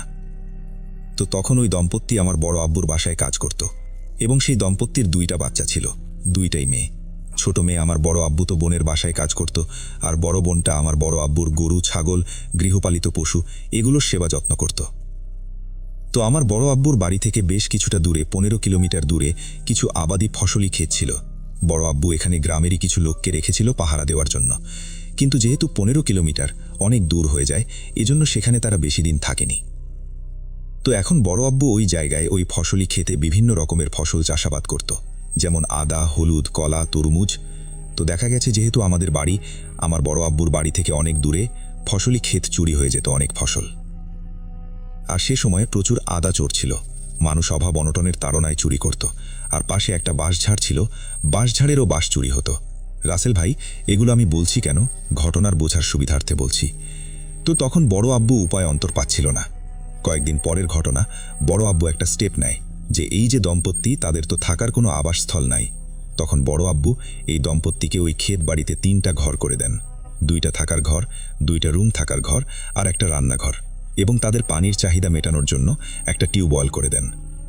হঠাৎ গ্রামে মানুষ বলাবলি শুরু করল সেই দম্পতির যে বড় মেয়ে সে এলাকারই এক ছেলে মহসিন নামে এক ছেলের সাথে প্রণয়ের সম্পর্কে জড়িয়েছে। মানুষজন তাদেরকে রাস্তায় গল্প করতে দেখত, বিভিন্ন জায়গায় গল্প করতে দেখত। এটা মানুষের চোখে কটু লাগে। তো পরবর্তীতে বড় আব্বুর কাছে এই বিষয়টা আসে, নালিশ আসে। তো বড় আব্বু পরবর্তীতে একটা স্টেপ নেয় যে তাদের বিবাহ বন্ধনে আবদ্ধ করবে। ছেলেও এদিক দিয়ে গরিব, মেয়েও গরিব। তার কয়েকদিন পরের ঘটনা, সপ্তাহখানেক। ভাগ্যের কি নির্মম পরিহাস যে মেয়ের সাথে মহসিনের সম্পর্ক ছিল দম্পতির মেয়ে, হঠাৎ একদিন বজ্রপাতে মারা গেল বাড়িতে। তো আমিও গিয়েছিলাম রাসেল ভাই, তখন আমি অনেক ছোট ছিলাম। আমি গিয়ে দেখলাম সেই মেয়ে, বড় আব্বু যেখানে বাড়ি করে দিয়েছে তাদেরকে, সেই মেয়ে টিউবওয়েলে পানি আনতে গিয়েছে। ভাগ্যের কি নির্মম পরিহাস, বজ্রপাত তখনই তার শরীরে পড়েছে। গাছের পাতাগুলো সদ দেখলাম পুড়ে লাল হয়ে আছে, এবং মেয়েটি টিউবওয়েল থেকে পানি নিয়ে আসতে ধরেছিল রুমের ঘরে করে। তো মেয়েটা ওইভাবেই শক্ত হয়ে দাঁড়িয়ে আছে, পড়ে যায়নি, শুধু তার হাত থেকে পানির পাত্রটি পড়ে গিয়েছে। তো এখান থেকেই রাসেল ভাই মূলত ঘটনা শুরু। তার কয়েকদিন পর থেকেই এলাকায় কিছু ঝামেলা হওয়া শুরু করলো। যেমন আমাদেরই গ্রামের শফিকুল নামে এক ব্যক্তি, তিনি মূলত কুমিল্লা শহরে ইট ভাটায় কাজ করে। 3 মাস পর পর সে বাড়িতে আসে। তিনি বাড়িতে এসেছেন 2 দিন হলো। তো তিনি বাজারে গিয়েছেন, বাজার থেকে বাড়ির সব সবজি কেনাকাটা করে ফিরছিলেন বাড়ির উদ্দেশ্যে। তো বাড়ির উদ্দেশ্যে ফেরার পথে তার যে জায়গায় বাড়ি যেতে হলে অনেক বড় পুকুর, 2 পাশে রাস্তার, মাটির রাস্তার 2 পাশে 2টা বড় পুকুর। এই পুকুরের মাঝখান দিয়ে গিয়েছে রাস্তা। তো সে রাস্তা ধরে ধরে বাড়ির উদ্দেশ্যে ফিরছিলেন। তো তার হাতে কিছু মিষ্টি ছিল, যেহেতু অনেকদিন পর বাড়িতে এসেছেন, তার বাচ্চারা খেতে চেয়েছে, এই জন্য সে কিছু মিষ্টি বাজার থেকে কিনেছে, এবং আরেক হাতে সবজি বাজারপত্র। তো হঠাৎ তার সামনে ওই যে বজ্রপথে দম্পতির মেয়ে, সে এসে দাঁড়ায়। তো তাকে উদ্দেশ্য করে বলে শফিকুল নানা। তাকে শফিকুল নানা করে আগেও ডাকত যখন ওই মেয়ে জীবিত ছিল।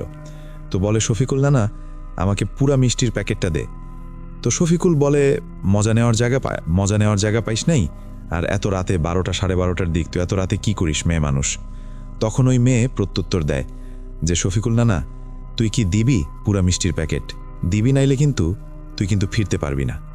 তো শফিকুল নামার তো এই রকম কথা রিপ্লে আসবে উনি এটা কখনো ভাবে নাই, কারণ ওই মেয়ে যখন জীবিত ছিল কখনো তার সাথে কোনোদিন খারাপ ব্যবহার করেনি, দুষ্টুমি করছে, যেহেতু নানা হয়। তো উনি এটা ঘাবড়ে যায় যে কি ব্যাপার, এই রকম একরোখার মতো ব্যবহার করতেছে কেন মেয়ে মানুষ, এখন সে তো যেতেও পারতেছে না। তো তখন সে বলে, না, পুরা মিষ্টি দেওয়া যাবে না, তুই চাইলে আমি তো বের করে দিতে পারি 1টা বা 2টা মিষ্টি। তো তখন সেই মেয়ে বলে, পুরা প্যাকেটই লাগবে। তো সে যেহেতু রাত হয়ে গেছে, অনেক দেরিও হয়ে গেছে, বর্ষাকাল, রাস্তা কাদা কাদা ধাব, তার জন্য তার বউ বাচ্চা অপেক্ষা করছে, অনেকদিন পর বাড়িতে এসেছে। তখন সে ওই মেয়েকে পাশ কাটিয়ে চলে যেতে থাকে। কিন্তু সে লক্ষ্য করে দেখল সেই মেয়েকে পাশ কাটিয়ে কিছু দূর সে কয়েক কদম চলে গিয়েছে, সেই মেয়ে আবার তার সামনে এসে দাঁড়িয়ে আছে। সে ভাবল, এখন রাস্তার পাশে ডানে বামে তো পুকুর, সামনের দিক দিয়ে যদি আমাকে কাটিয়ে আসে, তা আমাকে কাটিয়ে আসলে তো আমার ডান পাশ দিয়ে বাম পাশ দিয়ে আসতো, তাই না? সামনে কিভাবে আসলো? সে বুঝে ফেলে যে না, সামথিং ইজ রং, কিছু ভুল হচ্ছে আমার। তারপরও মনকে সান্ত্বনা দিয়ে সে যেহেতু পথ রোধ করেছে, সে দাঁড়িয়ে পড়ে। তো তখন ওই মেয়ে বলে, তুই মিষ্টি যেহেতু দিলি না, তোর কর্মের ফল তুই ভোগ কর, বলে হাতটা লম্বা করে বাড়িয়ে দিয়ে ওনার গলা ধরে ধবাস করে একটা আছর মারে। আর এই আছর খেয়ে উনি এতটাই ব্যথা পান, আর এত জোরেই আছর মেরেছে, তাকে তখন সে রাস্তার ধারে যে পুকুর আছে, পুকুরে পানিতে পড়ে যায়। পরবর্তীতে তার পরিবারের লোকজন তাকে খোঁজাখুঁজি করে, তাকে পাচ্ছিল, ঘন্টা 1.5 ঘন্টা 3.5 ঘন্টা 1 ঘন্টা পর তাকে নাকি পায়, যেটা পরবর্তীতে তার পরিবারের লোকজন তাকে বলে। তো তাকে পায়ে পুকুরের ধারে সে পানিতে পড়ে আছে, শুধুমাত্র তার মাথাটুকু পানির উপরে, আর পুরা বডিটুকু পানিতে। পরবর্তীতে সে এই ঘটনাটা সবাইকে জানায়। এই ঘটনা ওই মেয়ে, সবাই তো বলে ওই মেয়ে তো মারা গিয়েছে। তখন সেও তো হতবাক, আরে এটা কি হইল? তারপর কয়েকদিন পর নাকি উনি প্রচুর অসুস্থ হয়ে যায়। আমি রাসেল ভাই এটা মূলত শুনেছিলাম, আমার মা পরিবার পরিকল্পনা অধিদপ্তরে চাকরি করত, FWA। তো ওনার ওয়াইফ আসতেন মাঝে মধ্যে আমাদের বাড়িতে ওষুধ নিতে, সুখী বড়ি। তো তখন আমি এই ঘটনাগুলো শুনেছিলাম। আরেকটা ঘটনা রাসেল ভাই আমাদের এলাকায়, এটাও তার কয়েকদিন পরের ঘটনা।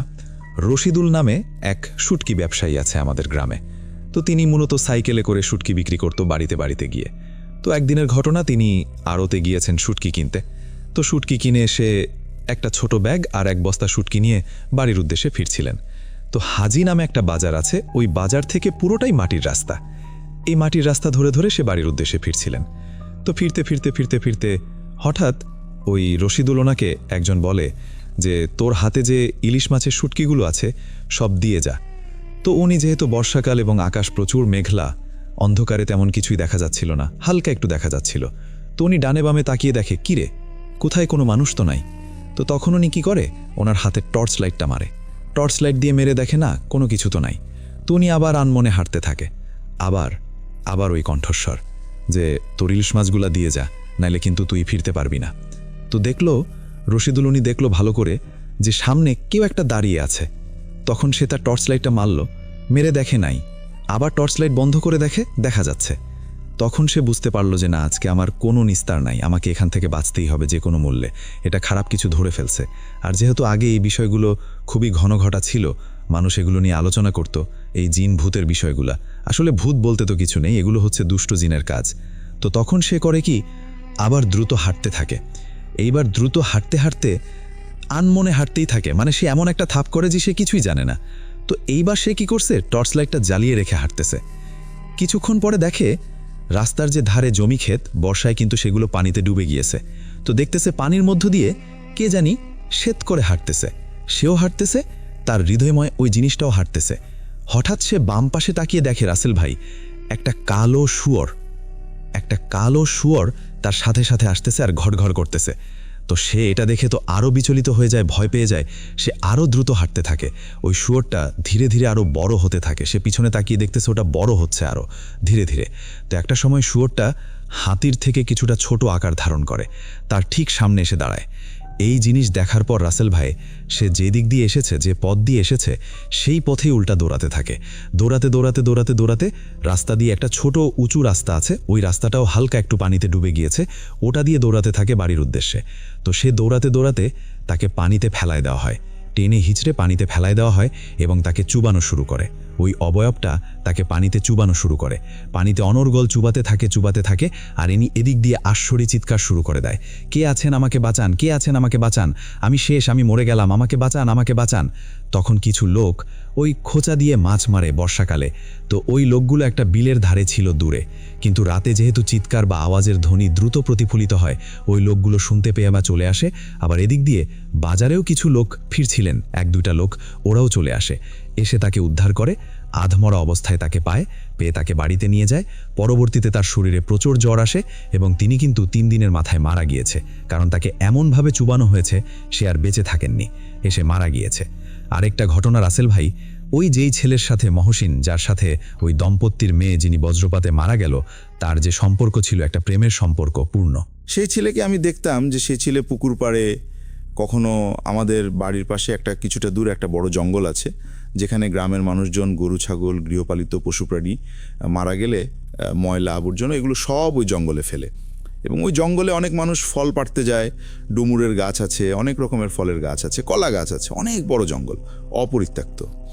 তো রাসেল ভাই, ওই জঙ্গলের ধারে দেখতাম মাঝে মধ্যে তো ওই ছেলে নিজে নিজেই বিড়বিড় করে কথা বলতো। তো একদিন ওই ছেলের মা আমাদের বাড়িতে আসেন, ওর মা সুখী বড়ি নিতে আসেন আমার মায়ের কাছে। তো তখন ওর মা বলে যে ওই ছেলেকে নাকি মাঝে মধ্যে ওই মেয়ে ভর করে, ওর শরীরে ভর করে। তো একদিনের ঘটনা, ওই ছেলেকে ওই মেয়ে ভর করেছিল শরীরে, বলছে ওই মেয়ের কথা বলতেছে, আমি অমুক। তারপর ওই মেয়ে যে ভর করেছে সে উত্তর দিল যে আপনারা এর যেখানেই বিয়ে ঠিক করেন না কেন, ওর বিয়ে আপনারা কোথাও দিতে পারবেন না, ওর বিয়ে আপনারা কোথাও দিতে পারবেন না। আর ওকে আমি বলছিলাম তোকে আমার সাথেই সারা জীবন থাকতে হবে, তুই অন্য কাউকে কোনোদিন তোর করে নিতে পারবি না। আমি ওকে বলছিলাম যে আমি ছাড়ি হয়ে গেছি। রাসুল ভাই, ছাড়ি হচ্ছে অপ্রাপ্তবয়স্ক মেয়েগুলো দুর্ঘটনায় যেমন আত্মহত্যা করে বা বজ্রপাতে মৃত্যু হয় বা বিভিন্ন দুর্ঘটনায় মৃত্যু হয়, এরা নাকি ছাড়ি হয়ে যায়। এটা আমাদের গ্রামে প্রচলিত একটি ঘটনা, সবাই এই ছাড়ি বিষয়টা জানে এবং উত্তরবঙ্গে বিভিন্ন জায়গায় আপনি যদি খোঁজ খবর নেন জানতে পারবেন। তো যাই হোক, রাসেল ভাই পরে এই মেয়ে বলে যে আমি ছাড়ি হয়ে গেছি, আমি তোকে ছাড়বো না। তো একটা সময় ওই যে ছেলে মহসিন, সে কিন্তু পাগল প্রায় হয়ে যায়, দেখা গেছে সে নিজে নিজে কথা বলতেছি বিড়বিড় করে।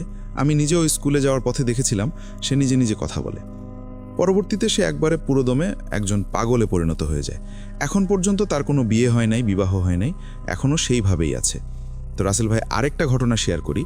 আমাদেরই এলাকায় ভট্টু চেয়ারম্যান নামে এক চেয়ারম্যান আছেন। ওনার অনেক বড়, বিশাল বড় লিচু বাগান। তো ওই লিচু বাগান পাহারা দিত আমাদেরই এলাকার মুকফুর নামে এক ব্যক্তি। তো একদিন ওই মুকফুর উনি লিচু বাগান পাহারা দিচ্ছিলেন রাতে। তখন রাত আনুমানিক 11টা বাজে। আর গ্রামের সেই সময় 11টা মানেই অনেক রাত, যেহেতু আজ থেকে ঘটনার সময়কাল হচ্ছে 14 বছর। তো উনি পাহারা দিচ্ছিলেন, হঠাৎ দেখে বাদুরের মতো বিশাল বড় একটা বাদুর উড়ে এসে লিচু বাগানে পড়ল। তো সে যায়, গিয়ে রাসেল ভাই যেটা দেখে যে ওই যে মেয়ে যে মারা গিয়েছে, ওই মেয়ের মতো মুখ আর পুরো শরীরটা পাখির পালকে আবৃত, কালো পাখির পালক, আর মুখটা ওই মেয়ের। তো এটা দেখে তো সে কি বলবো রাসেল ভাই, একমাত্র যে দেখে সেই বুঝতে পারে। এমন চিৎকার করে সে চিৎকার করে বাড়ির উদ্দেশ্যে দৌড় দেয়। বাড়ির উদ্দেশ্যে সে দৌড় দেয়। পরের দিন ঘটনা সবাইকে বলে যে আমি ওকে দেখছি। কেউ তো বিশ্বাস করতে চায় না যে এইরকম ঘটনা ঘটে, একমাত্র যার সাথে ঘটে সেই বোঝে। তো এইটা ছিল ওনার সাথে একটা ঘটনা। উনিও এই সব জিনিস দেখার পর কেউ আর স্বাভাবিক নর্মাল থাকে না, একমাত্র যে দেখে সেই বুঝতে পারে। তখন সেও কয়েকদিন অসুস্থ হয়ে পড়ে যায়। তখন আমাদের এলাকার এক ব্যক্তি, যার কোনো ঠিক ঠিকানা নাই, ওনার নাম হচ্ছে মনোমিয়া। এই মনোমিয়া সম্পর্কেও কিছু ঘটনা আছে। পরবর্তীতে মনোমিয়ার এই ঘটনাটি আমি রেকর্ড করে পাঠিয়ে দিব। রাসেল ভাই, যে মনোমিয়া, ওনাকে জানানো হয় মনোমিয়া হচ্ছে আধ্যাত্মিক প্রকৃতির এক লোক। সে 5 ওয়াক্ত নামাজ পড়ে, কিন্তু এমন কাপড় চোপড় পরে যে কেউ ভাববে সে অপবিত্র, কিন্তু আসলে তার কাপড়গুলো পুরনো হলেও সে কিন্তু একটা পাক পবিত্র লোক। এই মনোমিয়া তখন কিছু বিষয় বলে যে এখানে অনেক সমস্যা আছে, এই সমস্যা জিন ঘটিত সমস্যা। আমি আর কিছু বলতে চাই না, উনি আর কিছু এই বিষয় নিয়ে করে না, কিন্তু যারা অসুস্থ হয়েছে তাদের একটা পানি পড়া দেন। এই পানি পড়া খেয়ে যারা যারা ওই মেয়ের মাধ্যমে বিভিন্নভাবে হয়রানির শিকার হয়েছে বা খারাপ যে এন্টিটি তার দ্বারা যে ক্ষতি হয়েছে, ওনার ওই মনোমিয়ার পানি পড়া খেয়ে সবাই সুস্থ হয়ে যান। আর মনোমিয়া এর বেশি আর কিছু বলেনি, এইটুকুই সাহায্য করেছে। তো পরবর্তীতে ওনার পানি পড়া খেয়ে যারা যারা অসুস্থ হয়ে যায় ওই জিন বা অবয়বের মাধ্যমে, তো তারা কিন্তু সুস্থ হয়ে গিয়েছে একটা সময়। তারপর কিছুদিনের আরও একটা ঘটনা ঘটে। কিছুদিন পর আমাদের গ্রামেই মুন্সিপাড়া নামে একটা জায়গা আছে, আমাদের বাড়ি থেকে কিছুটা দূরে। সেই মুন্সিপাড়ার মাঝখানে একটা অনেক বড় পুকুর আছে, যেটা হচ্ছে আপনার খাস জমিন বলে। পুকুরটা খাস জমিনে পড়ছে। তো ওই পুকুরে সবাই গ্রামবাসী শেয়ারে চুক্তি নিয়ে মাছ চাষাবাদ করতেন। তো ওই পুকুরে হঠাৎ একদিন একটা বাচ্চা মারা গেল, আরেক দিন আরেকটা বাচ্চা মারা গেল, আরেক দিন 2টা বাচ্চা মারা গেল। এখন রহস্য এখানেই যে প্রথম 2টা বাচ্চা যখন মারা গেল, তখন কিন্তু এই পাড়ার বাসিন্দারা সবাই সজাগ হয়ে গেছে যে না, আমাদের বাচ্চা কাচ্চারা যেন ওই পুকুরে যাইতে না পারে, সেজন্য এদেরকে সবসময় সেফটি জোনে রাখতে হবে। তো সবাই বাচ্চাদের সেফটি জোনে রাখে। তারপরেও আরও কয়েকটা বাচ্চা ওই পুকুরে গিয়ে মারা যায়। তো এটা এত রহস্য যে আরও বাচ্চা আমরা এত সেফটি জোনে রাখলাম, নিরাপদে রাখলাম, তারপরও আমাদের বাচ্চা গেল কিভাবে? এইভাবে ওইখানে টোটাল 9টা বাচ্চা পুকুরে মারা যায়। আর এই 9টা বাচ্চা যখন পুকুরে মারা গেছে, পাড়াটা কিন্তু অনেক বড় রাসেল ভাই। তো এতগুলো বাচ্চা যখন মারা গেছে, সবার মনে একটা খটকা জাগে যে কী ব্যাপার, এটা তো কখনো সম্ভব না। অনেকে বলছে আমার বাচ্চাকে আমি রুমের ভিতর সুন্দর করে রাখছি, ওই বাচ্চা ওইখানে যাওয়ার কোনো কথাই না। দেখি দরজা ছিটকিনি লাগাই দিছি, বাহির থেকে দিয়ে রান্না করতেছি, দেখি দরজা ছিটকিনি খোলা। দরজা ছিটকিনি খুললো কে? আর বাচ্চাই বা এতটুকু বাচ্চা গেল কিভাবে পুকুরে? এগুলো রহস্য জেগে যায়।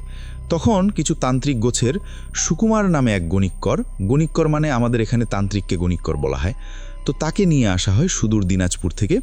তো তখন তিনি আসেন এবং এক ইমাম সাহেবকেও নিয়ে আসা হয় এবং একটি তুলা রাশির ব্যক্তিকে তারা সাথে করে নিয়ে আসে।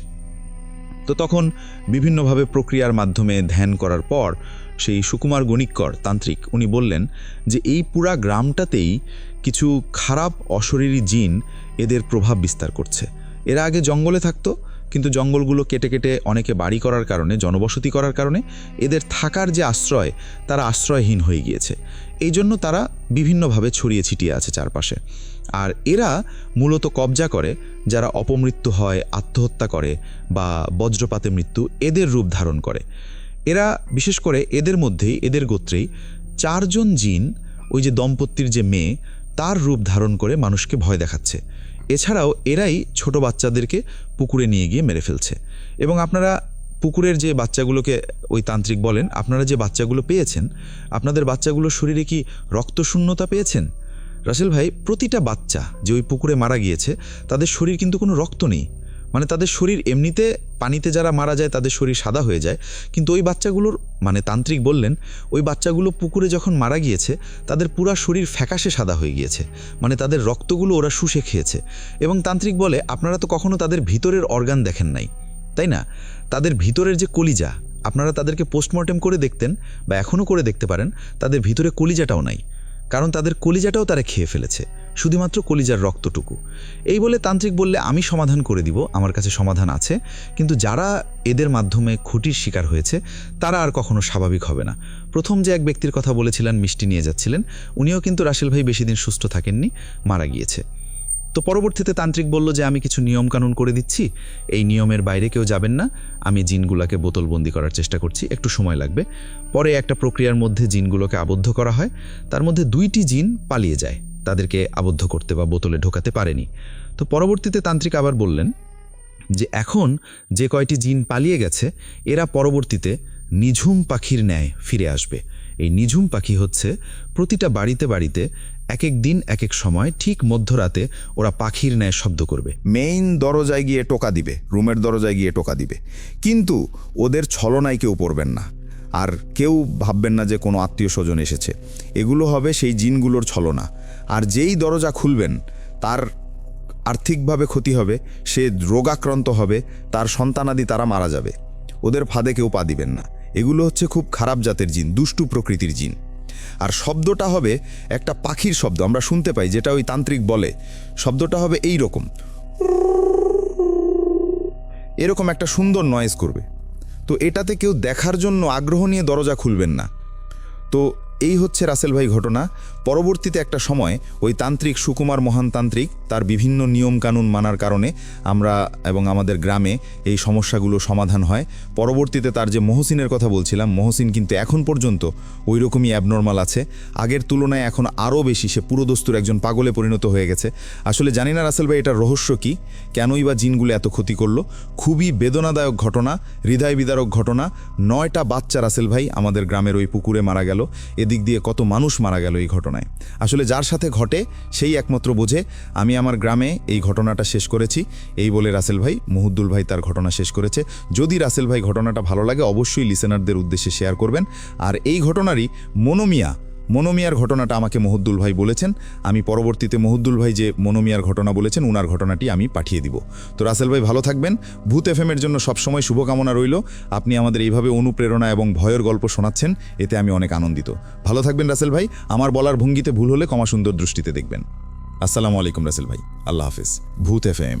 আসসালামু আলাইকুম রাসেল ভাই, আমি ঢাকা মাধবদীশালী থেকে বলছিলাম। তা আমি আগে যখন মাদ্রাসায় পড়তাম তখন আমার সাথে আমার এক ফ্রেন্ড ছিল। তো ভূত এফএম অনেক আগে থেকে শোনা হয়। তা শুনতে শুনতে নিজেরা একটু জীবনে কার সাথে কি ঘটলো ওরকম কথাবার্তা বলতেছিলাম। তো কথাবার্তা বলার জানতে পারলাম যে আমার ফ্রেন্ডের আব্বুর সাথেও একটি ভয়াবহ ঘটনা ঘটলো আর কি। তো ও যেভাবে বললো এভাবে বলার চেষ্টা করতেছি আর কি। আমরা অনেকেই জানি যে আগের দিনকাল কীরকম গেছে। আগে আপনার ওরকম সবার বাসায় বাসায় লাইট ছিল না, দোকানপাট অফ ছিল, ওরকম আপনার মানুষ চলাচল ছিল না। এই সন্ধ্যায় মানুষ ঘুমিয়ে পড়তো আর কি। আর গ্রামে তো এটা আরও বেশি হয়। তা ফ্রেন্ডের আব্বু যখন কাজ করার জন্য বাইরে যায়, কাজ করতে করতে সারাটা দিন পার হয়ে যায় আর কি। সারাটা দিন পার হয়ে যাওয়ার পর উনি বাসায় আসবে, তো বাজার করে নিয়ে আসতেছিল, ইলিশ মাছ, কাঁচা বাজার এগুলোই নিয়ে আসতেছিল। এক পর্যায়ে আসার পরে একটা পুকুর পার হতে হবে। তা আমরা তো জানি খুব ভালো করে আগের দিনে আপনার ওরকম ব্রিজ বা পুল বা রাস্তা ওরকম উন্নত ছিল না, যার কারণে আপনার বাঁশ দিয়ে পুকুরটা পার হওয়ার একটা ব্যবস্থা ছিল। তা আমার ফ্রেন্ডের আব্বু যখন এই পুকুরটা পার হওয়ার জন্য বাঁশটার মধ্যে পা দিল, মানে ওনার এরকম কিছু মনে হইতেছে যে ওনার পিছু পিছু কি কোনো কিছু আছে কিনা, বা ওনার পিছু কেউ ওনাকে দেখতেছে, ওনাকে নজর করে রাখতেছে যে কি হইতেছে। যদি এরকম কোনো কিছু, আমরা জানি যে আমাদেরকে যদি কেউ কেউ আমাদেরকে চোখে রাখে বা আমাদের উপরে কেউ নজর রাখে, এটা অনুভব হয়, এটা বোঝা যায়। তো ওরকমই একই হইতেছিল। তখন উনি কিছুটা ভয় নিয়ে সামনে এগোতেছিল, মানে বাসায় তো যেতে হবে। তো বাসায় আসার সময়, মানে এই বাসটা হাঁটার সময় একটু সামনে আসার পরে আপনার বাসটা কি হলো, মানে অলক্ষণভাবে মানে আপনার বাসটা নিচের দিকে যাওয়া শুরু করলো, মানে যার মানে পানির নিচে চলে গেছে একদম। আমরা কিন্তু জানি যে আসলে একটা যে পুকুরটা পার হওয়ার জন্য যেরকম বাস দিয়ে রাস্তা থেকে 2-4-5 জন থাকলে ওরকম কিছু হওয়ার কথা না, বাট উনি একা, কেউ নেই। ওই সময় আপনার পানির নিচে বাসটা চলে যায়। আর ওনার ওই টাইমে মনে হয় যে ওনার আম্মু বলছিল যে এই রাত করে কোনো প্রবলেম হইলে বা সাথে মাছ থাকলে প্রবলেম হতে পারে। তো উনি ওই টাইমেই ইলিশ মাছটা ছেড়ে দেয় আর কি। ছেড়ে দেওয়ার পর পানি থেকে ভিজে উঠে যায়। ছেড়ে দেওয়ার পরে সাথে সাথে সিচুয়েশন নর্মাল হয়ে যায়। তো সাথে সাথে উপরে ওঠার পরে দৌড়ে তাড়াতাড়ি করে আসতেছিল। আসার পথে আপনার পাশে 2টা কবর পড়ে আর কি, আপনার এক বরাবর, মানে পারিবারিক কবরগুলো যেরকম হয়, যেমন জামাই মানে স্বামী স্ত্রী মারা গেলে যেরকম পাশাপাশি কবর দেওয়া হয়, ওরকম কবর দেওয়া হলো আর কি। তো উনি আসার সময় এই কবরের পাশাপাশি আসার সময় উনি মানে খেয়াল করলো কেউ বলতেছে, এই আক্তার আক্তার এদিকে আয়। তো উনি যখন ভয় পাওয়ার মানে পুকুর থেকে উঠে ভয় পাওয়ার সময় আসার সময় একটা সিগারেট মুখে জ্বালিয়েছিল আর কি। তো কবরটা আসা বরাবর এরকম একটা নয়েজ পাওয়ার পরে উনি ওখানে দাঁড়ায় যায়, ভয়ে দাঁড়ায়, মানে ভাবতে থাকে এটা কি মনের ভুল না সত্যি, এটা কি শুনলো। এটা ভাবতে ভাবতে পরবর্তীতে আবার ওই কবর থেকে মানে বলতেছে, এই আক্তার আক্তার সিগারেটটা দে। ওইটা শোনার সাথে সাথে উনি সিগারেটটা মুখ থেকে ফেলে খুব মানে আমরা সবাই জানি জীবনের মায়া কীরকম থাকে, উনি সাথে সাথে দৌড়ে বাসায় চলে আসে। বাসায় চলে আসার পর সাথে সাথে ওনার জ্বর আসে, 2-3 দিন এরকমভাবে কেটে যায়। তারপরে এটা তার আম্মুর সাথে বলে, আর এটা আমরা ফ্রেন্ডের কাছ থেকে জানায়। যদি ভাই ভালো লাগে তাহলে অবশ্যই শেয়ার করবেন। আসসালামু আলাইকুম রাসেল ভাই। আসসালামু আলাইকুম রাসেল ভাই, আমি ইরফান ইসলামী রাম বলছি, রংপুরের আইডিয়াল মোড় থেকে। রাসেল ভাই, আজকে আমি যে ঘটনাটি শেয়ার করব, এই ঘটনাটি আমাকে শেয়ার করেছেন দুবাই প্রবাসী শাহাদাত নূর ভাই। শাহাদাত নূর ভাইয়ের গ্রামের বাড়ি চন্দনাইশ, চট্টগ্রাম, কর্ণফুলী নদীর নিকটবর্তী এলাকা চন্দনাইশ। তো রাসেল ভাই, শাহাদাত নূর ভাই তার বন্ধুর বিয়ের বাড়িতে যান। তো বিয়ে বাড়িতে হঠাৎ করে শাহাদাত নূর ভাইয়ের ফোন কল আসে। তো যেহেতু বিয়ে বাড়িতে প্রচুর শব্দ হচ্ছিল, নয়েজ হচ্ছিল, সেজন্য শাহাদাত নূর ভাই বিয়ে বাড়ি থেকে কিছুটা দূরে নিকটবর্তী একটি ফাঁকা স্থানে যান। তো সেই ফাঁকা স্থান বালু দিয়ে ভর্তি করা। তো সেখানে সে দাঁড়িয়ে ফোনে কথা বলছে, আর একটু করে হাঁটছে আর ফোনে কথা বলছে। তো হঠাৎ শাহাদাত নূর ভাই একটা বিষয় লক্ষ্য করে যে তার 2 পায়ের অভ্যন্তরীণ মধ্যস্থানে আরেকটি বড় পায়ের ছাপ পড়ছে। তো হঠাৎ সে ভাবে যে আসলে হয়তো আমার ভুল হচ্ছে কোথাও, বা আমি ভুল কিছু দেখছি, বা মনের ভুল হতে পারে। কিন্তু সে আবার ফোনে কথা বলতে আবার ভালোভাবে লক্ষ্য করে দেখে যে না, সত্যি এটা কোনো মনের ভুল নয়। সে হাঁটছে, তার 2 পায়ের অভ্যন্তরীণ আরেকটি বড় পায়ের ছাপ পড়ছে, যে পায়ের ছাপটা 1 হাত। তো সে খুব দ্রুত হাঁটতে থাকে। তো যতই সে দ্রুত হাঁটছে, সেম পজিশনে পায়ের ছাপটিও পড়ছে। সে আরও দ্রুত হাঁটতে থাকে। সে দেখে পায়ের ছাপটি আবার পুনরায় পড়ছে। তো একটা পর্যায়ে সে দৌড়াতে থাকে। দৌড়াতে সে জ্যোৎস্নার আলোয় পিছনে লক্ষ্য করে দেখে যে পায়ের ছাপটা এবার তার 2 পায়ের মাঝবর্তী অবস্থানে পড়ছে না, তার পিছনে পড়ছে। সে আরও প্রাণপণ দৌড়াতে থাকে। একটা পর্যায়ে দৌড়াতে সে বিয়ে বাড়িতে এসে পৌঁছায়। বিয়ে বাড়িতে পৌঁছানোর পর শাহাদাত নূর ভাই পড়ে যায়। তখন আশেপাশ বিয়েবাড়ির লোকজন আসে, তার বন্ধু বান্ধবরা আসে, তাকে জিজ্ঞেস করে যে কি হলো তোমার, হঠাৎ করে এইভাবে দৌড়ে আনলে কেন? তখন শাহাদাত নূর ভাই বলে যে আমার সাথে এই রকমটা ঘটেছে। পরদিন সকালে শাহাদাত নূর ভাই এবং তার বন্ধু বান্ধবরা সেই জায়গায় যায়। গিয়ে সেখানে বালু ছাড়া আর কিছুই দেখতে পায় না। শাহাদাত নূর ভাই আরও বলেন, সেদিন রাতে এসে সেখানে একটি টিনের ঘর দেখেছে, কিন্তু সেদিন সকালবেলা যে গেল, পরের দিন কোনো টিনের ঘর সেখানে দেখতে পায়নি। শুধু চারপাশে বালু আর বালু। কিছু দূর নিকটবর্তী একটি কবরস্থান, বড় কবরস্থান, যেখানে মানুষকে দাফন করা হয়। এই হচ্ছে রাসেল ভাই শাহাদাত নূর ভাইয়ের একটি ঘটনা। জানি না ঘটনাটা কতটা ভয়ানক। যদি রাসেল ভাই আপনার পছন্দ হয়, অবশ্যই এর লিসেনারদের শেয়ার করবেন। শাহাদাত নূর ভাই ভূত এবং আপনার আগের সব ভূত এফএমের একজন একনিষ্ঠ শ্রোতা। রাসেল ভাই, আপনি ভালো থাকবেন, নিজের যত্ন নেবেন। আল্লাহ হাফেজ। আপনাদের সবাইকে অনেক অনেক ধন্যবাদ। আশা করছি আপনারা সবাই ভালো আছেন, ভালোর দলে আছেন। এই মুহূর্তে আমি চলে যাব আমাদের পরের ঘটনায়। আশা করছি এই ঘটনাটি আপনাদের ভালো লাগবে। যদি এতটুকুও ভালো লাগে আমাদেরকে জানাবেন, আমরা ধন্য হব। আসসালামু আলাইকুম রাসেল ভাই, আশা করি অনেক বেশি ভালো আছেন, এবং ভূত.com-এর সকল বন্ধুদেরকে আমার সালাম। আশা করি আপনারাও সকলেই ভালো আছেন। দোয়া করি ভূত.com দীর্ঘজীবী হোক এবং এভাবে আমাদেরকে ভয়ের রাজ্যে হারিয়ে নিয়ে যাবেন, এই প্রত্যাশাই রইবে আপনাদের কাছে। আমি অনেক দিন থেকে ভূত.com শুনি, ঘটনা অনেকবার লিখেও পাঠানো হয়নি, কেন জানি নার্ভাস ফিল হয় যে এত এত ভালো ঘটনার মাঝে আমারটা কি আদৌ সিলেক্ট হবে কিনা। বাট সব জল্পনা কল্পনা ছেলে এবারে লিখতে বসে গেলাম। জানি না কেমন হয়েছে, যদি ভালো লেগে থাকে অবশ্যই ঘটনাটি সিলেক্ট করবেন এবং অগ্রিম ধন্যবাদ এবং অনিচ্ছাকৃত ভুলের জন্য আমি সকলের কাছে ক্ষমা প্রার্থী। চলুন ঘটনাটি শুরু করা যাক। ঘটনাটি মূলত আমার বড় আব্বুর কাছ থেকে শোনা। ঈদের ছুটিতে সবার মতনই আমরাও বাসায় গিয়েছিলাম, গ্রামের বাসায়। গিয়ে সেখানে পরিবারের সবাই মিলে আড্ডা দিতে দিতে হঠাৎ করে আমি বড় আব্বুকে বললাম যে আপনার জানা কোনো ভূতের ঘটনা আছে কিনা।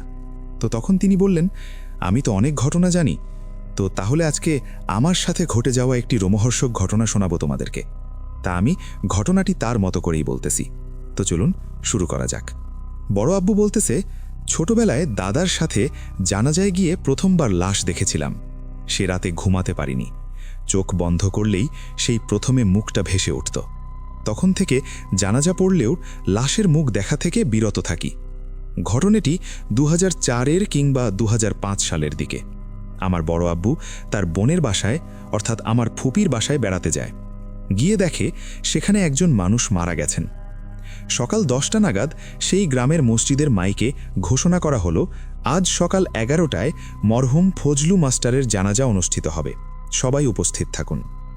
ফজলু মাস্টারকে আমি চিনি না, তবে বোনের বাসায় যাওয়া আসার সুবাদে নামটা অনেকবার শুনেছি। উনি নাকি নরম স্বভাবের মানুষ ছিলেন। ভাবলাম আজ যেহেতু শুক্রবার, গিয়ে জানাজাটা পড়েই আসি। অজু করে মসজিদে পৌঁছালাম 10:30টার দিকে। জানাজার জন্য সব প্রস্তুতি চলছে। মসজিদের পাশেই পুরনো আম গাছটার নিচে লাশটা রাখা ছিল খাটিয়েই। চারপাশে লোকজন জড়ো হচ্ছে, কেউ কোরআন পড়ছে, কেউ দাঁড়িয়ে গল্প করছে। আমি একটু দূরে ছায়ায় দাঁড়িয়ে আছি।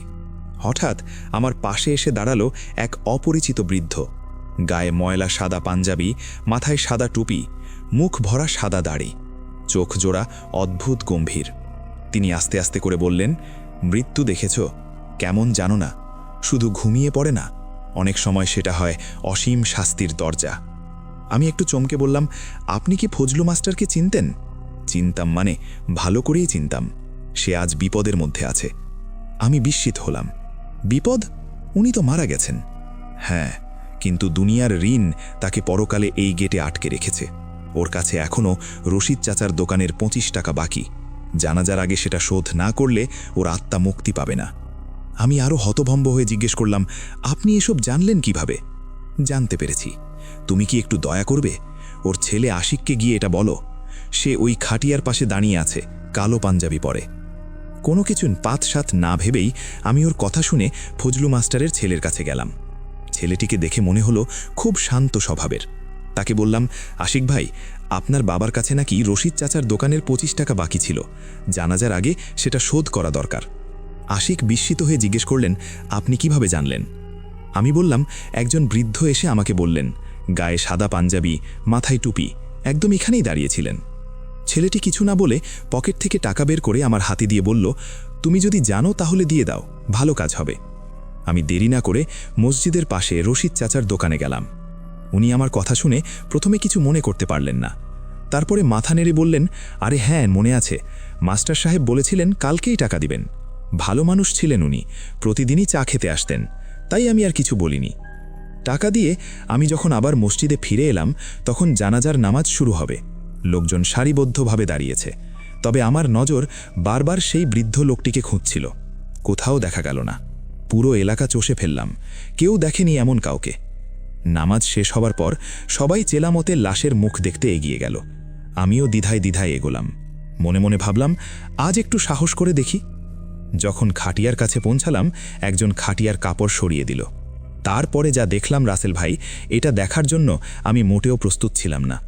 কিছুক্ষণের জন্য আমার পায়ের নিচ থেকে মাটি সরে গেল। মুহূর্তে আমার মাথা ঝিমঝিম করে উঠল। আমি যাকে 1 ঘন্টা আগে পাশে দাঁড়িয়ে কথা বলতে দেখেছি, সে আর কেউ নয়, এই ফজলু চাচা। একই চোখ, একই দাড়ি, একই পোশাক। ফজলু মাস্টার তার লাশের মুখ একদম সেই বৃদ্ধ লোকটার মতোই ছিল, যিনি আমাকে ঋণের কথা বলেছিলেন। আমি যেন এক জায়গায় স্তব্ধ হয়ে দাঁড়িয়ে গেলাম। আমার পুরো শরীর বেয়ে ঘাম নামছে। পাশে দাঁড়িয়ে থাকা একজন জিজ্ঞেস করল, কিরে, মুখ দেখে ভয় পাইলি নাকি? আমি শুধু মাথা নাড়ালাম। কথা বলার শক্তি হারিয়ে ফেলেছি তখন। সেদিন রাতেও আমি ঘুমাতে পারিনি। শুধু ভাবছিলাম, কে ছিল সেই লোক? মৃত ফজলু মাস্টার? কিভাবে বা আমার সাথে কথা বললেন? আমি এই ঘটনার ব্যাখ্যা এখনও পাইনি, এবং সেখানে আমার বোনের বাসা হওয়াতে আমি সেখানকার কাউকে এটা বলতে পারিনি, কারণ এতে করে যদি আমার বোনের কোনো বদনাম হয় বা অনেকে অনেক কিছু বলতে পারে, আমি সেটা চাইনি। এই জন্য আমি সেই ঘটনাটি তখন কাউকে বলতে পারিনি। তবে আমার মনের প্রশ্ন যে আসলে সেটা কে ছিল, বা এটা যদি সত্যি নাও হয়ে থাকে, তাহলে সেই রশিদ চাচার দোকানের 25 টাকা বাকি ছিল, এটা তো সত্য। তাহলে কি ফজলু মাস্টার কিছুক্ষণের জন্য জীবিত হয়েছিলেন, নাকি অন্য কিছু? এর ব্যাখ্যা আমার কাছে নেই। যদি কেউ জেনে থাকেন তাহলে অবশ্যই জানাবেন, উপকৃত হব। ধন্যবাদ।